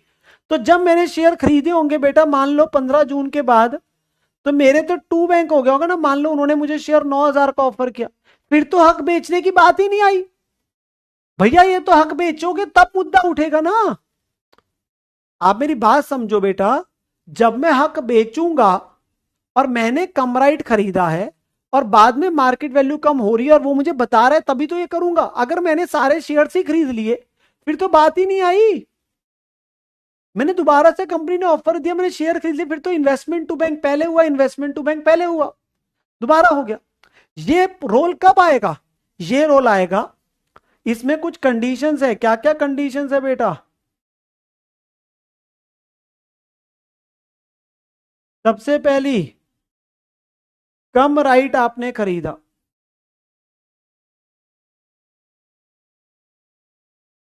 आपने कम राइट खरीदा होगा तभी ये पॉइंट आएगा। दूसरा, आपने बाद में हक को बेच रहे हो। और तीसरा, मार्केट वैल्यू इज डिक्रीज, बाद में मार्केट वैल्यू कम होगी और उसकी वैल्यू गिवन है। भाई तभी तो आप अपने पास में इसको लगा पाओगे ना, कितना महंगा खरीदा था। भाई कितना महंगा खरीदा था, तभी तो उतने से अपनी कॉस्ट को कम करोगे। अब ये तीनों कंडीशन पूरी होगी तो ही तो मैं एक कॉन्सेप्ट लगा पाऊंगा। मैंने खरीदा भी महंगा था, कम राइट, बाद में जो मुझे कंपनी ने हक दिया उसको मैंने हक को बेच दिया, मैंने एक्सरसाइज नहीं करे सारे, मैंने कुछ बेच दी हक को। और तीसरा, वो कह रहा है कि मार्केट वैल्यू कम हो गई तो उसकी वजह से अब अपने पास में, मेरे पास जितने का वो डिक्लाइन हुआ है पहले और बाद का, उतने से कॉस्ट कम कर लूंगा। भाई तीनों कंडीशन पूरी होगी तभी तो ये रोल लगा पाऊंगा। अब देखो स्टैंडर्ड ने क्या वर्डिंग लिखी, आप देखो स्टैंडर्ड कैसे लिखते हो। और तुम कल को ऐसे ही चार्टर्ड अकाउंटेंट बन के क्या करेंगे, आप अपने पास में इंटरप्रेट करेंगे। देखो स्टैंडर्ड ने तो क्या लिखा, कहता है पैरा 13 ऑफ एएस 13, जब राइट शेयर्स ऑफर करते हैं, हम उन्हें खरीदते हैं, तो जो कॉस्ट होती है राइट शेयर्स की वो ऐड हो जाती है carrying amount of the original holding. अगर खरीदे तो सीधा आपकी कॉस्ट बढ़ जाएगी। अगर राइट्स नहीं खरीदे but are sold in the market, अगर उसके हक को बेच दिया तो सेल प्रोसीड जो है वो कहां चली जाएगी, सीधा पीएनएल में। ये जनरल रूल है। अगर हक बेचा तो कहां चला गया, पीएनएल में। यही अब तक सीखा है। हाउएवर का मतलब है अब कुछ अलग सी बात बताने जा रहा है। हाउएवर करके कुछ अलग से बताने जा रहा है। जहां पे इन्वेस्टमेंट्स को हमने खरीदा था कम राइट बेसिस पे, हमने क्या खरीदा था, कम राइट खरीदा, इंक्लूडिंग राइट है, और मार्केट वैल्यू इन्वेस्टमेंट्स की immediately after becoming x right is lower than the cost जिस पे उन्हें खरीदा था। मतलब बाद में जाके मार्केट वैल्यू कम हो गई जितनी कॉस्ट पे मैंने उनको खरीदा था, तो it may be appropriate to apply the sale proceeds of right to reduce the carrying amount of investment to market value. तो उस केस के अंदर जो पैसे बेचकर आ रहे हैं, आप उसे कम करके मार्केट वैल्यू तक ले जाओ। आप उसे मार्केट वैल्यू तक ले जाओ, अपने पास में अपनी कॉस्ट को क्या कर लो, कम कर लो, जो आपने हक बेचा जो उसके पैसे हैं। तो आप अपनी किताबों की जो कैरिंग अमाउंट है, अपने 12,000 को किस पे लिया हो, 10,000 पे लिया हो, क्योंकि मार्केट वैल्यू 10,000 है। तो उसने बात लिखी है कि उसे मार्केट वैल्यू पे लिया। तो देखो लैंग्वेज ये लिख रहा है, लैंग्वेज पढ़ाता सिर्फ बिना एग्जाम्पल के तो समझ ही ना आता, इसीलिए पहले एग्जाम्पल लिया समझाने के लिए। 12,000 कम राइट है, 10,000 है, हक बेचूंगा तो क्या होगा। अब इसके बाद ही तो क्वेश्चन कराऊंगा भाई, पहले कॉन्सेप्ट सिखाऊंगा, विद एग्जाम्पल सिखाऊंगा, फिर ही तो क्वेश्चन कराऊंगा। तो ये आपके पास में मेरा क्या हुआ, एक बार के लिए छोटा सा कॉन्सेप्ट हुआ। अब मैं इससे रिलेटेड आपको क्या कराता हूं, एक छोटा सा क्वेश्चन है जिसका तो आंसर गिवन है, फिर एक फुल फ्लेजेड क्वेश्चन करेंगे जिसमें पूरा रोल आ जाएगा। तो क्वेश्चन नंबर 17 देखो मेरे साथ में, इसका आंसर मुझे आप दे दोगे, मुझे पता है इसका आंसर मुझे आप दे दोगे। आरटीपी का क्वेश्चन है। क्वेश्चन क्या है, मिस्टर एक्स ने एक्वायर करे 200 शेयर्स कंपनी के कम राइट पे, कितने में बेटा, 60,000 रुपीज पे। कितने बेटा, 60,000 रुपीज पे। कहता है बाद में जाके सब्सिक्वेंटली उसे कंपनी से ऑफर आया कि तुम और शेयर्स खरीद सकते हो किस रेशियो में, 1:1 में, किस प्राइस पे, 105 ईच पे। तो तुम और शेयर्स कंपनी के खरीद सकते हो कितने पे, 105 पे, 105 पे। ही डज नॉट सब्सक्राइब, उसने खरीदे नहीं शेयर्स, उसने खरीदे नहीं शेयर्स, बट उसने अपना हक किसी और को बेच दिया कितने में, 15,000 रुपए में। उसने अपना हक किसी और को बेच दिया 15,000 में, उसने शेयर खरीदे नहीं। अब कहते हैं जो मार्केट वैल्यू है शेयर्स की आफ्टर बिकमिंग एक्स राइट, वो कम होके कहां पहुंच गई है, 50,000 पे। तो आपने कितने में खरीदे थे, 60,000 में। अब मार्केट वैल्यू पहुंच गई कितने में, 50,000 में। तो वो ये पूछ रहा है ट्रीटमेंट क्या होनी चाहिए इसकी, बताओ कि जो तुमने हक बेचा है 15,000 रुपए में, क्या ये 15 का 15,000 हमारा पीएनएल में चले जाएगा? क्या ये 15 का 15,000 पीएनएल में जाएगा? नहीं, आपने शेयर बेटा कम राइट खरीदे थे 60 में, आपके पास वो एक्स राइट कितना हो गया, वो पहुंच गया 50 पे। तो आपने यानी कि 10,000 महंगे खरीदे हैं। तो आप 10,000 पे कहां लेके जाओगे इस 15 में से, इन्वेस्टमेंट को कम करोगे, इन्वेस्टमेंट को कम करो, अगर बाकी 5,000 कहां लेके जाओगे, पीएनएल में। सिंपल सी बात है, सिंपल सी बात है। तो वही चीज तो आ रही है कि जो टोटल 15,000 में हमने हक बेचा है, 10,000 कहां चला जाएगा, क्रेडिट टू इन्वेस्टमेंट अकाउंट। हम इन्वेस्टमेंट की वैल्यू को कम करेंगे क्योंकि हमने शेयर्स महंगे खरीदे थे, तो हम उसे कम कर रहे हैं। और बाकी 5,000 कहां चला जाएगा, ट्रांसफर टू पीएनएल,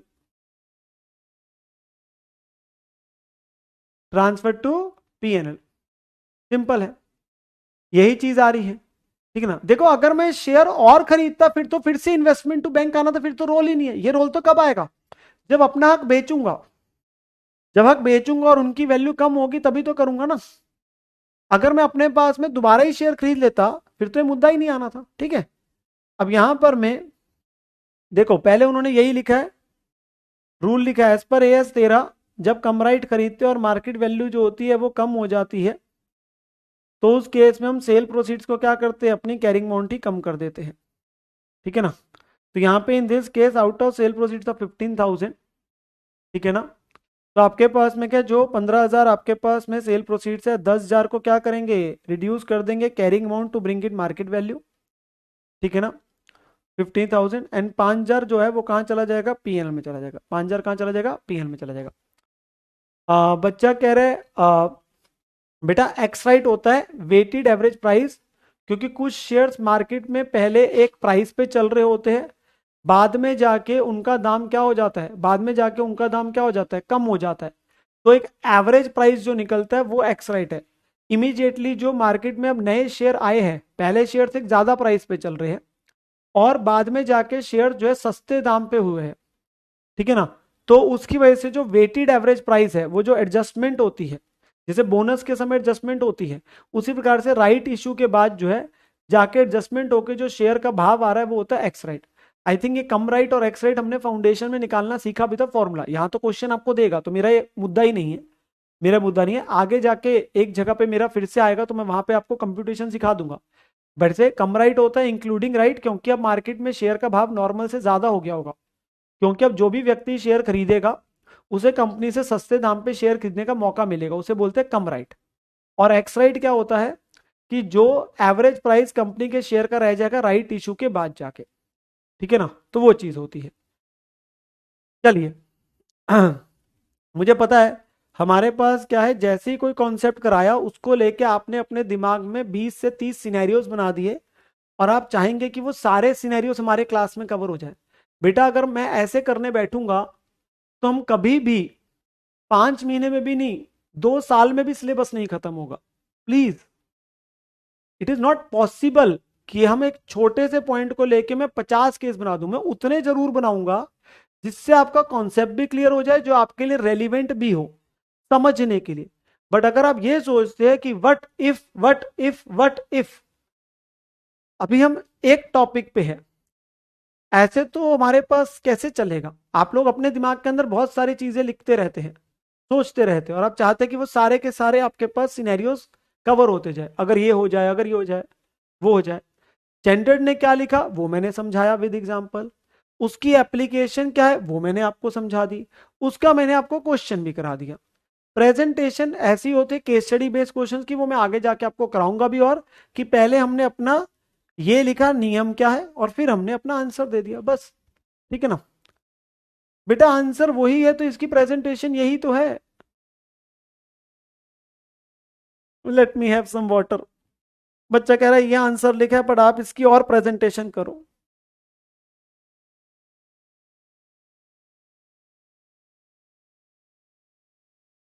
छोड़ो, चलो भाई 18th पे आएंगे अभी जरा। क्वेश्चन क्या बोल रहा है? क्वेश्चन बेटा आपके साथ बोला गया 1 अप्रैल को मिस्टर श्याम के पास ओपनिंग में पड़े हैं 1000 इक्विटी शेयर्स एक्स लिमिटेड के 1,20,000 रुपए में। ठीक है ना, फेस वैल्यू 100 इंच के। फिर उसने दोबारा खरीदे है कुछ, आपके पास राइट को ही लेके पॉइंट है, सारा सारा क्वेश्चन किसको लेके बेटा, राइट को ही लेके है। ठीक है ना, इसमें डिविडेंड का कोई पॉइंट नहीं है। हमें कह रहा है इन्वेस्टमेंट अकाउंट बनाना है मिस्टर श्याम की बुक्स में ईयर एंडेड 31 मार्च 22 का। एज्यूमिंग की शेयर्स को जो वैल्यू करना है किस पे करना है, एट एवरेज कॉस्ट। किस पे करना है बेटा, जो आपके पास वैल्यू करना है एट एवरेज कॉस्ट। तुम्हारा एक नॉर्मल क्वेश्चन है, सारा सिर्फ शेयर्स का है, इसमें कोई डिविडेंड नहीं है, कुछ नहीं है। हमारा ये पॉइंट जो हमने सीखा है कम राइट एक्स राइट वाला, वही पॉइंट इस क्वेश्चन के अंदर में रेलिवेंट होने वाला है। ठीक है ना, नाउ मेरी बात जरा ध्यान सुनते जाना।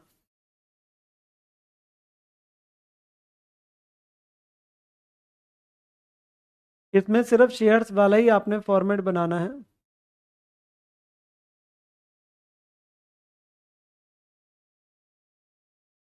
Question number 18।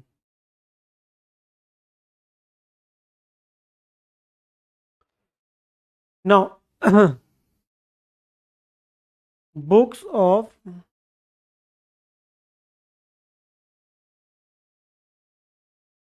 मिस्टर श्याम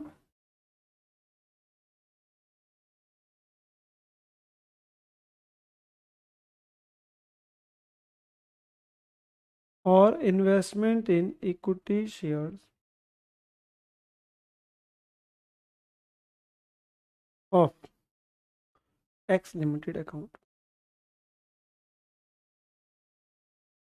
ठीक है जी, तो ये देखते जाएंगे। बुक्स है मिस्टर श्याम की, बुक्स है मिस्टर श्याम की, और investment in equity shares of X limited account है। Investment in equity shares of X limited account है। ठीक है ना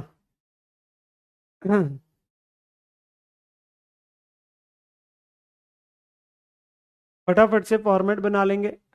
डिविडेंड का कॉलम इसमें है नहीं क्योंकि डिविडेंड का कुछ बात ही नहीं है इस क्वेश्चन के अंदर में।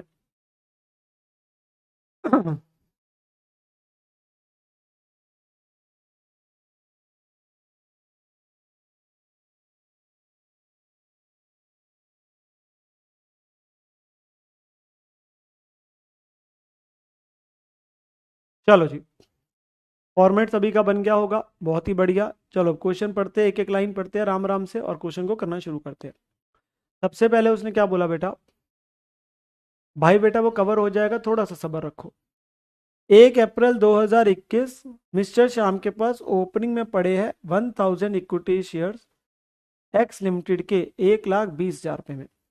ये पहले से पड़े, फेस वैल्यू 100 वाले वैसे, तो ये ओपनिंग बैलेंस है, तो पहले से पड़े हैं 1 April to balance brought down 1,000 shares पड़े हैं, कितनी कॉस्ट के बेटा, 1,20,000 के खरीदे पड़े हैं, 1,20,000 के खरीदे पड़े हैं। ठीक है ना, नौ 5 अप्रैल को जाके इन्होंने और परचेज करे 200 कमराइट शेयर्स, कितने में, 135 ईच में। तो हमने 5 अप्रैल को जाके 200 शेयर्स और खरीदे हैं 135 पे। तो 5 अप्रैल को जाके टू बैंक 200, कितने में, 135 में, यानी कि 27,000 में। कितने में? 27,000 में। ठीक है ना, तो हमने और शेयर्स खरीदे हैं, तो टू बैंक आ गया। फिर कहता है 8 अप्रैल को डायरेक्टर ने अनाउंस किया राइट इश्यू अब इन द रेशियो 1:6। तो स्कीम है 1 for every 6। मिस्टर श्याम ने वेव ऑफ कर दी अपनी 100% entitlement in favour of mister Rahul. वो कहते हैं हमने एक्सरसाइज ही नहीं करे, हमें जो भी दिया जा रहा है हम एक्सरसाइज नहीं कर रहे, हमने अपना सारा हक किसी और को बेच दिया। कितने रुपए में? 20 रुपए ईच में। जो सारे के सारे शेयर शाम के पास पड़े हैं वो सारे किस पे ही खरीदे थे? कम राइट पे। मतलब जो पहले के ओपनिंग पड़े हैं वो भी कम राइट है, जो नए खरीदे वो तो है ही कम राइट, तो सारे शेयर्स कम राइट ही खरीदे हुए। मींस उस दौरान में ही खरीदे जब मार्केट में शेयर का भाव महंगा चल रहा था, मतलब आपने एक्स्ट्रा पैसे दिए हुए हैं। एंड जो मार्केट प्राइस है एक्स राइट इन शेयर्स का डिक्लेरेशन के बाद वो रिड्यूस हो गया बेटा कितने से? 3400 रुपए से। उसने बोला कि मार्केट में जाके जो बाद में दाम है मार्केट वैल्यू शेयर्स की जो हमारे पास पड़े हैं उनका दाम जो है 3400 रुपए से कम हो गया। तो यहां उसने लिखने का तरीका डिफरेंट कर दिया। मैं बताता हूं क्या। बेटा अगर आप देखेंगे हमारी राइट इंटाइटलमेंट बनती कितनी है?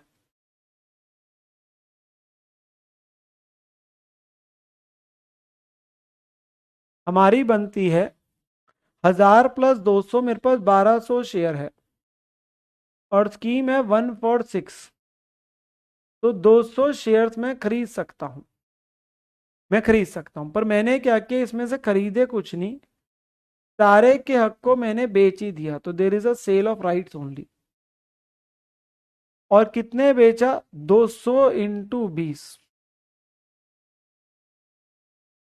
स्कीम क्या थी? 1 for 6, हमने बेचा कितने में? 20 रुपए में। तो 200 इंटू 20, 4000 रुपये में अपने अपने हक को बेचा है। नॉर्मल रूल क्या होता था? नॉर्मल रूल होता था कि ये अमाउंट सारे का सारा कहां जाता था? पीएल में। अब क्या सीखा है? क्या ये शेयर्स कम राइट खरीदे हुए? यस, हम हक को बेच रहे हैं। तो बाद में जाके उसने ये बोला है कि जो ये शेयर्स मैंने खरीदे हैं ना वो इतने में खरीदे हैं, मतलब 147 में, ये महंगे खरीदे हुए हैं। इनकी जो मार्केट वैल्यू है वो 3400 से रिड्यूस हो गई है। अब उसने ना मुझे मार्केट वैल्यू नहीं लिखी कि मैं खुद निकालता, जैसे पिछले क्वेश्चन में दी थी 60 और 50। यहां उसने डिफरेंशियल बता दिया। यहां उसने सीधा ही बता दिया कि मार्केट में जो वैल्यू है इन शेयर्स की वो 3400 से कम हो चुकी है। तो इट मींस हम इस अमाउंट में से क्या करेंगे? हम इस अमाउंट में से क्या करेंगे? 3400 रुपए से क्या करेंगे? Reduce cost of investment. क्योंकि हमने शेयर महंगे खरीदे हुए हैं तो हमारे जो अकाउंट है उसमें जो टू बैंक है वो महंगा पड़ा है। बाद में उनकी मार्केट वैल्यू कम होगी 3400 के एक्सटेंड से, और जो रिमेनिंग 600 हुआ वो कहां जाएगा? वो पीएनएल में जाएगा। एक्चुअली में वो मुझे अभी तक क्या दे रहा था? जो क्वेश्चन था कि मैंने जो खरीदे थे वो खरीदे थे 147 में, उसे देना चाहिए था, वो देता ये कि इनकी एक्स राइट मार्केट वैल्यू कितनी है, उसे लिखना चाहिए था it is as good as कि इनकी मार्केट वैल्यू 143,600 होगी है। या तो वो ये वैल्यू लिख के देता, या तो वो ये वैल्यू लिख के देता, पर उसने ये लिखने की बजाय अगर ये लिख के देता तो मैं ये डिफरेंस निकालता और मैं बोलता 3400 महंगे खरीदे हैं। तो मैं अगर ऐसे देता कि मार्केट वैल्यू इतनी रहेगी तो भी मैं 3400 खुद निकालता। यहां उसने मुझे क्या किया? उसने मुझे खुद ही लिख दिया कि ये सारे शेयर्स की जो मार्केट प्राइस है वो कम हो गई कितने से? 3400 से। ठीक है ना, तो उसने मुझे खुद ही ये बात लिख दी, खुद ही ये बात लिख दी। ठीक है ना, तो उसने डिफरेंस ही दे दिया rather than giving the market value, उसने डिफरेंस ही दे दिया तो आपके लिए आसान हो गया। तो हमारी एंट्री क्या बनी? Bank to investment. बेटा ये एज पर पैरा 13 ही है, पर पैरा 13 में हॉएवर है तो हॉएवर मींस एक्सेप्शन हो गया ना।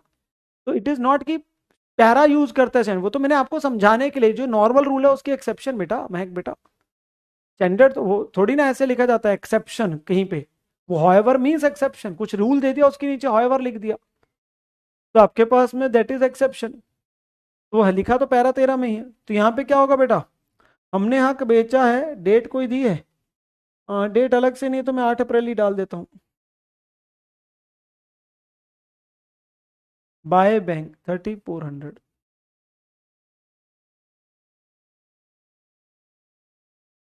और 600 तो कहाँ चला जाएगा, 600 तो कहाँ चला गया, सीधा पीएल में। 600 तो कहाँ चला गया, पीएल में ही। बेटा क्वेश्चन ने खुद लिखा है कि जितने भी सारे शेयर्स है पड़े जो है वो सारे कम राइट पे ही है। इट मींस कि जो पहले वाले ओपनिंग में भी पड़े थे वो भी कम राइट ही खरीदे हुए हैं। ये मैं नहीं कह रहा, क्वेश्चन कह रहा है यार, कि आपके सारे शेयर्स कम राइट पे ही है।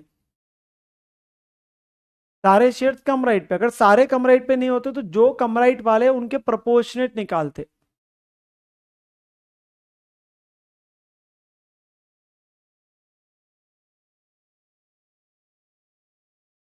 सर हम क्वेश्चन भी नहीं पढ़ते, आपकी बात भी नहीं सुनते। बेटा ये लिखा है ट्रांसफर टू पीएनएल, क्योंकि 600 रुपये तो पीएन में चला जाएगा ना, जितना ऊपर है उससे।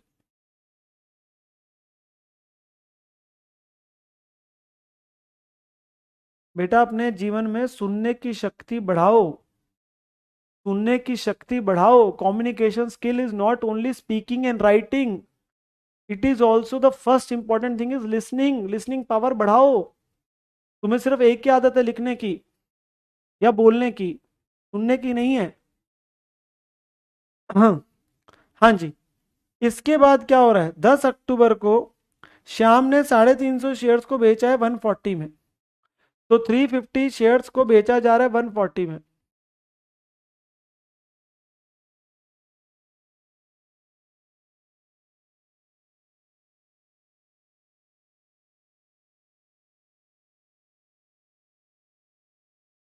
थ्री फिफ्टी शेयर्स को बेचा जा रहा है 140 में,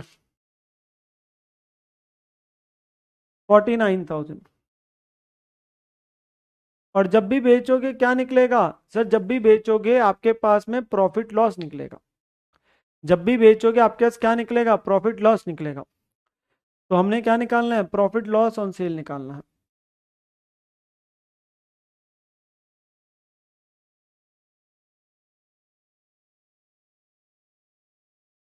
which is cost of investment sold.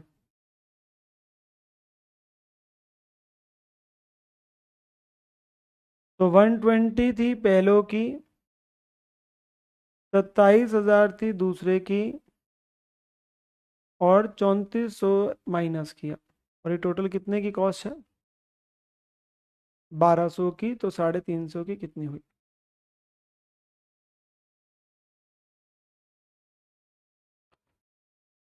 तो 147 माइनस 3400, ये बना 143,600।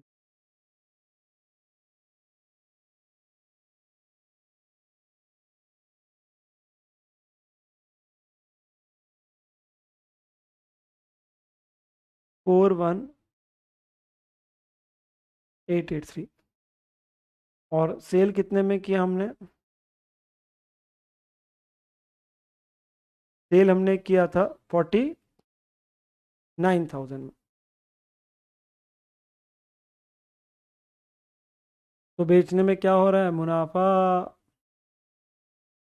बेचने में क्या हुआ बेटा, मुनाफा, विच इज 7117। मुनाफा हो रहा है कितने का, 7117 का। तो there is a profit of 7117।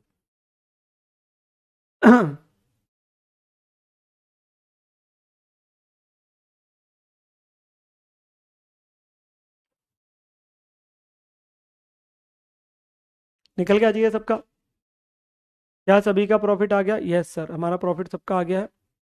तो 10 अक्टूबर को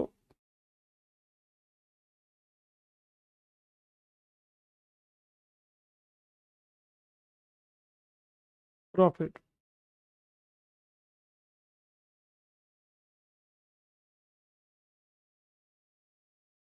7117। फिर क्या लिख रहा है, साल खत्म हो गया, बस मार्केट प्राइस दे रहा है। साल खत्म हो गया, मार्केट प्राइस दे रहा है तो ऑब्वियसली मार्केट प्राइस दे रहा है, हम वैल्यूएशन का दिखा देंगे। 31 मार्च बाय बैलेंस कैरिड डाउन, 1200 में से 350 चले गए तो 850 शेयर बचे हैं।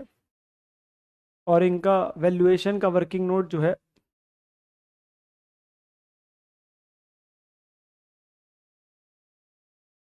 वो कैसे आता है, नंबर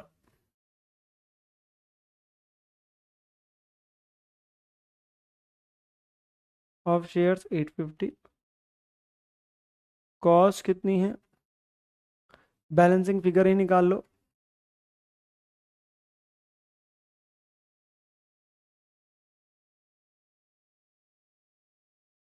वन जीरो वन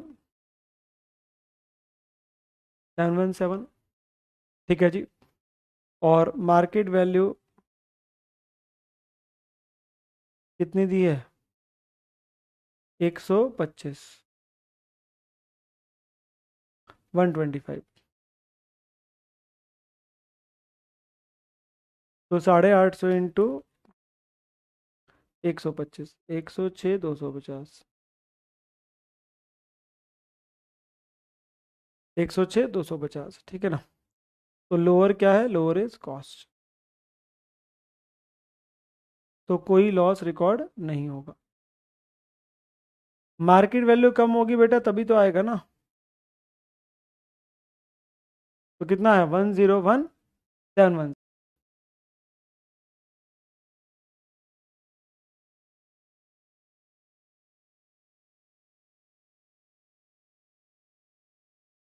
10177। तो विद दिस आपके पास में क्या होगा, कंप्लीट हो जाएगा। विद दिस आपके पास ये क्वेश्चन क्या हो जाएगा, कंप्लीट हो जाएगा।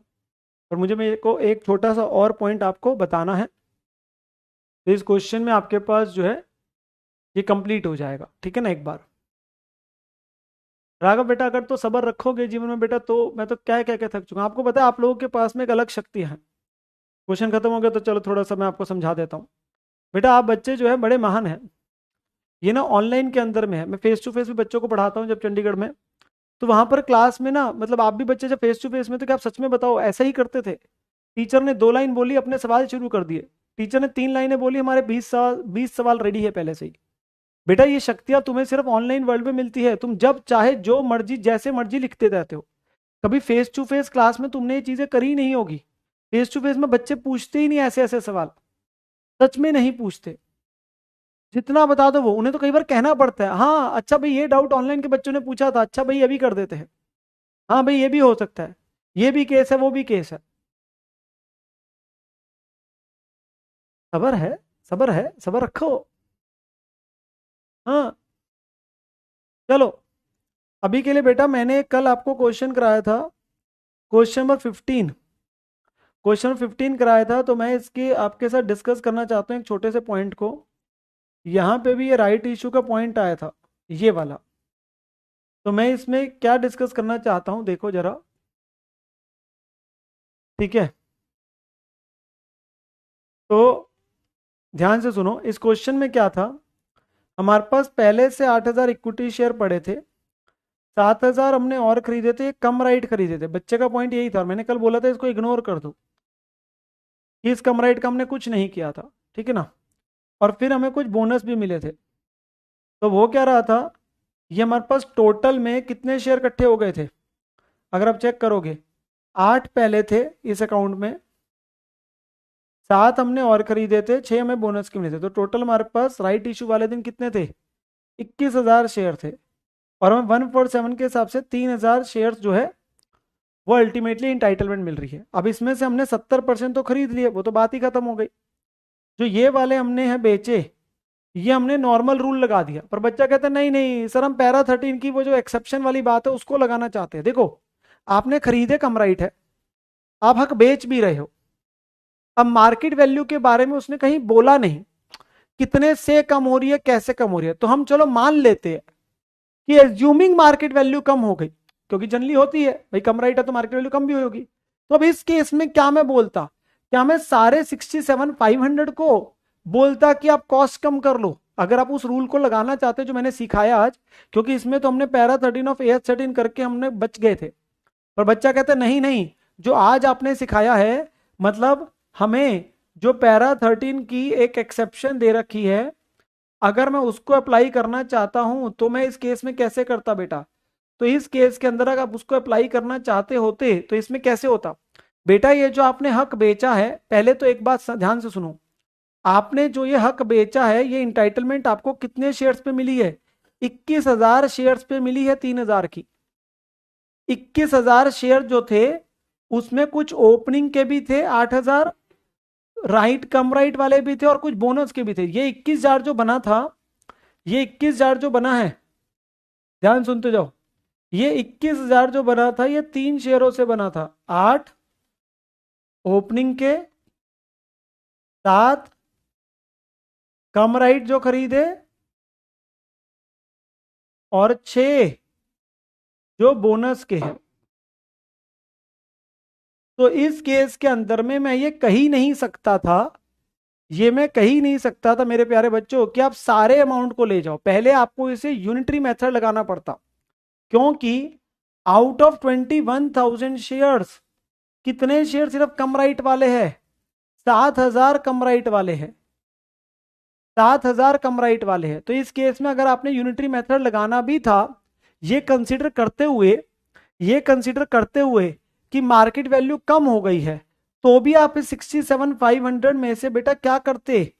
आप करते 7,000 डिवाइडेड बाय 21,000, क्योंकि आप उन शेयर्स की प्रोपोर्शनेट बात करते, उन शेयर्स की प्रोपोर्शनेट बात करते जो हमने इसमें से कम राइट खरीदे हैं।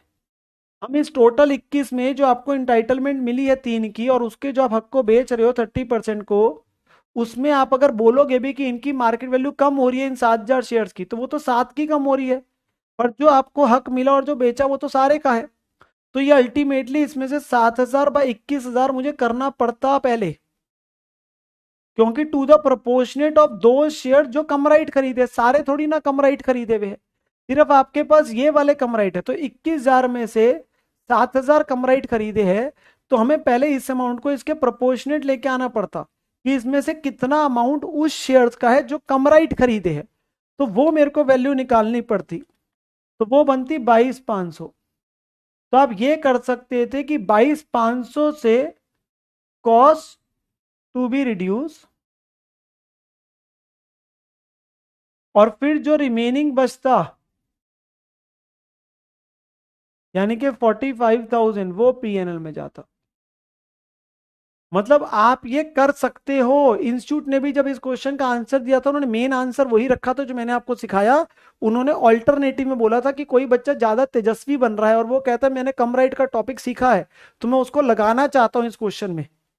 ये बच्चा तेजस्वी है, बच्चा इंटेलिजेंट है, बच्चा उस चीज को लगाना चाहता है, तो उस केस में आप पूरा 67,500 नहीं कह सकते थे, फिर भी 22,500 ही कहते, क्योंकि उस अमाउंट में प्रोपोर्शनेट जो एलिमेंट है उन शेयर्स का, जो कम राइट वाले थे वो तो 7,000 ही थे ना आउट ऑफ 21,000, तो वो प्रोपोर्शनेट 22,500 ही बनता। अब हमने इसलिए उसको इग्नोर ही कर दिया, आसान काम हो गया। देखो, मेरी 3 कंडीशन पूरी होनी चाहिए, कम राइट वो थी, हक को बेचा वो थी, तीसरा उसने मार्केट वैल्यू का बताया नहीं कि मार्केट वैल्यू कितनी रहेगी या कितने से कम हुई, तो इसलिए मैंने इसको इग्नोर कर दिया।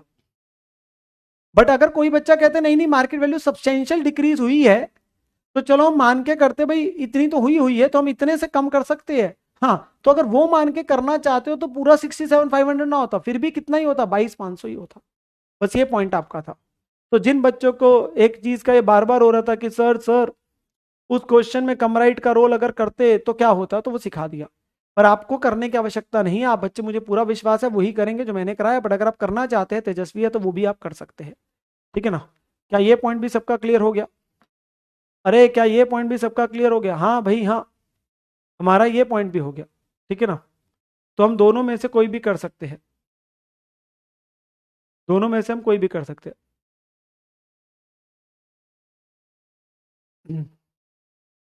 बेटा वो तो ध्रुव बेटा, जब भी कम राइट होगा और बाद में आपका ऐसा होगा तो ऐसा होगा ना।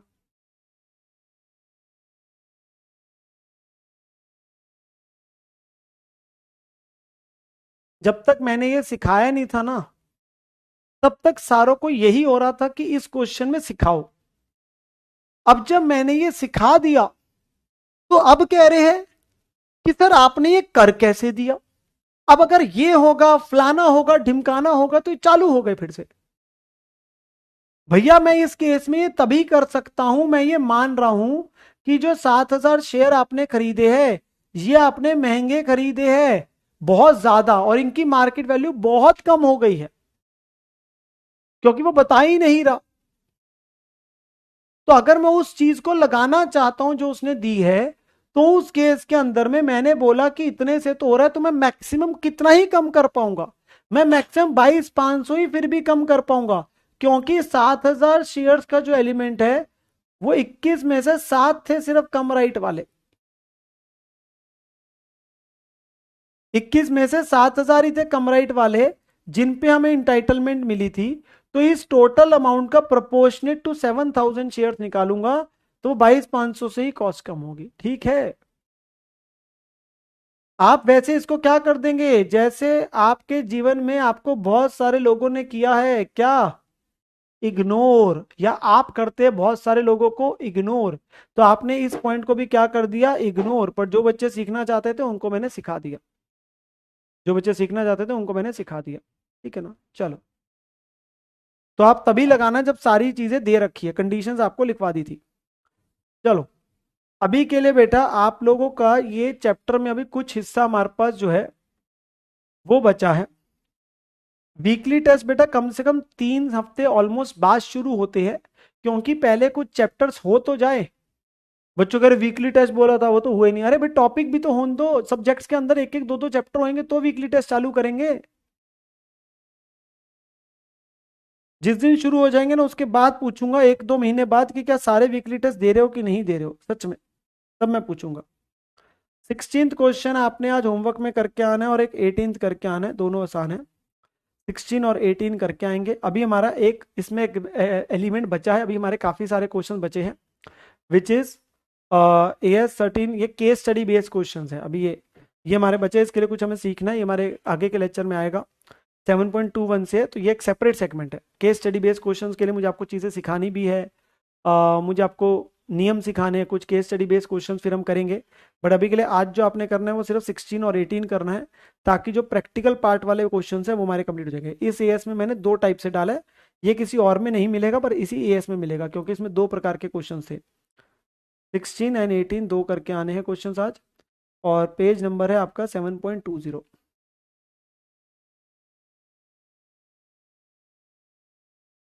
7.20, ठीक है ना। तो वो चीज़ आ रहा है। 15 का सी पार्ट मैंने बोला था कल भी दोबारा बेटा, नितिन बेटा, कि मैं सिखा दूंगा जब आपके पास में वो टाइप के क्वेश्चंस आएंगे, तो प्लीज़ घबराइए मत। वो सिर्फ बोला था एक बार के लिए लिख के रख लो। रिक्लासिफिकेशन अभी हमने सीखनी है बेटा, ठीक है ना। एंड बेटा वो उस दिन की बात हो रही है एक्स राइट यार, और वो ईयर एंड है बेटा। भाई ट्रैकर तो अपडेट ही है, डेली अपडेट करता हूँ, डेली तो डालता हूँ।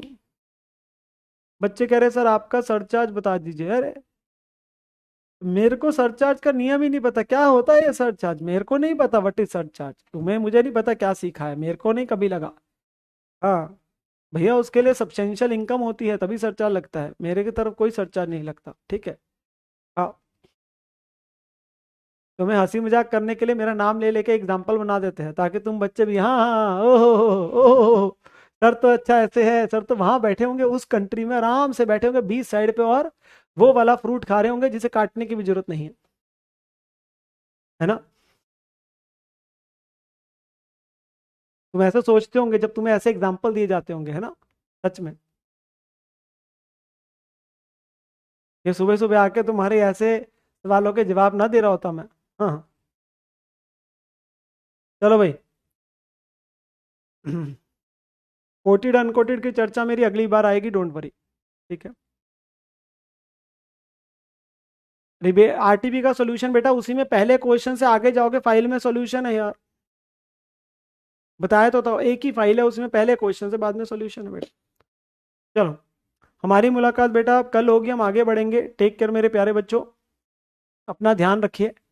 अच्छे तरीके से पढ़ते रहिए। जो आज चीज़ें कराई है कन्वर्जन का पॉइंट कम राइट का, उसी से रिलेटेड मैंने क्वेश्चन दिए हैं, इनको एक बार के लिए पढ़ना, इनको दोबारा देखना, इसी टाइप का क्वेश्चन आएगा बिल्कुल डिट्टो, अगर पेपर में आएगा कुछ और नहीं आएगा, प्लीज़ समझिए, इसके अलावा कुछ और नहीं आएगा पेपर में।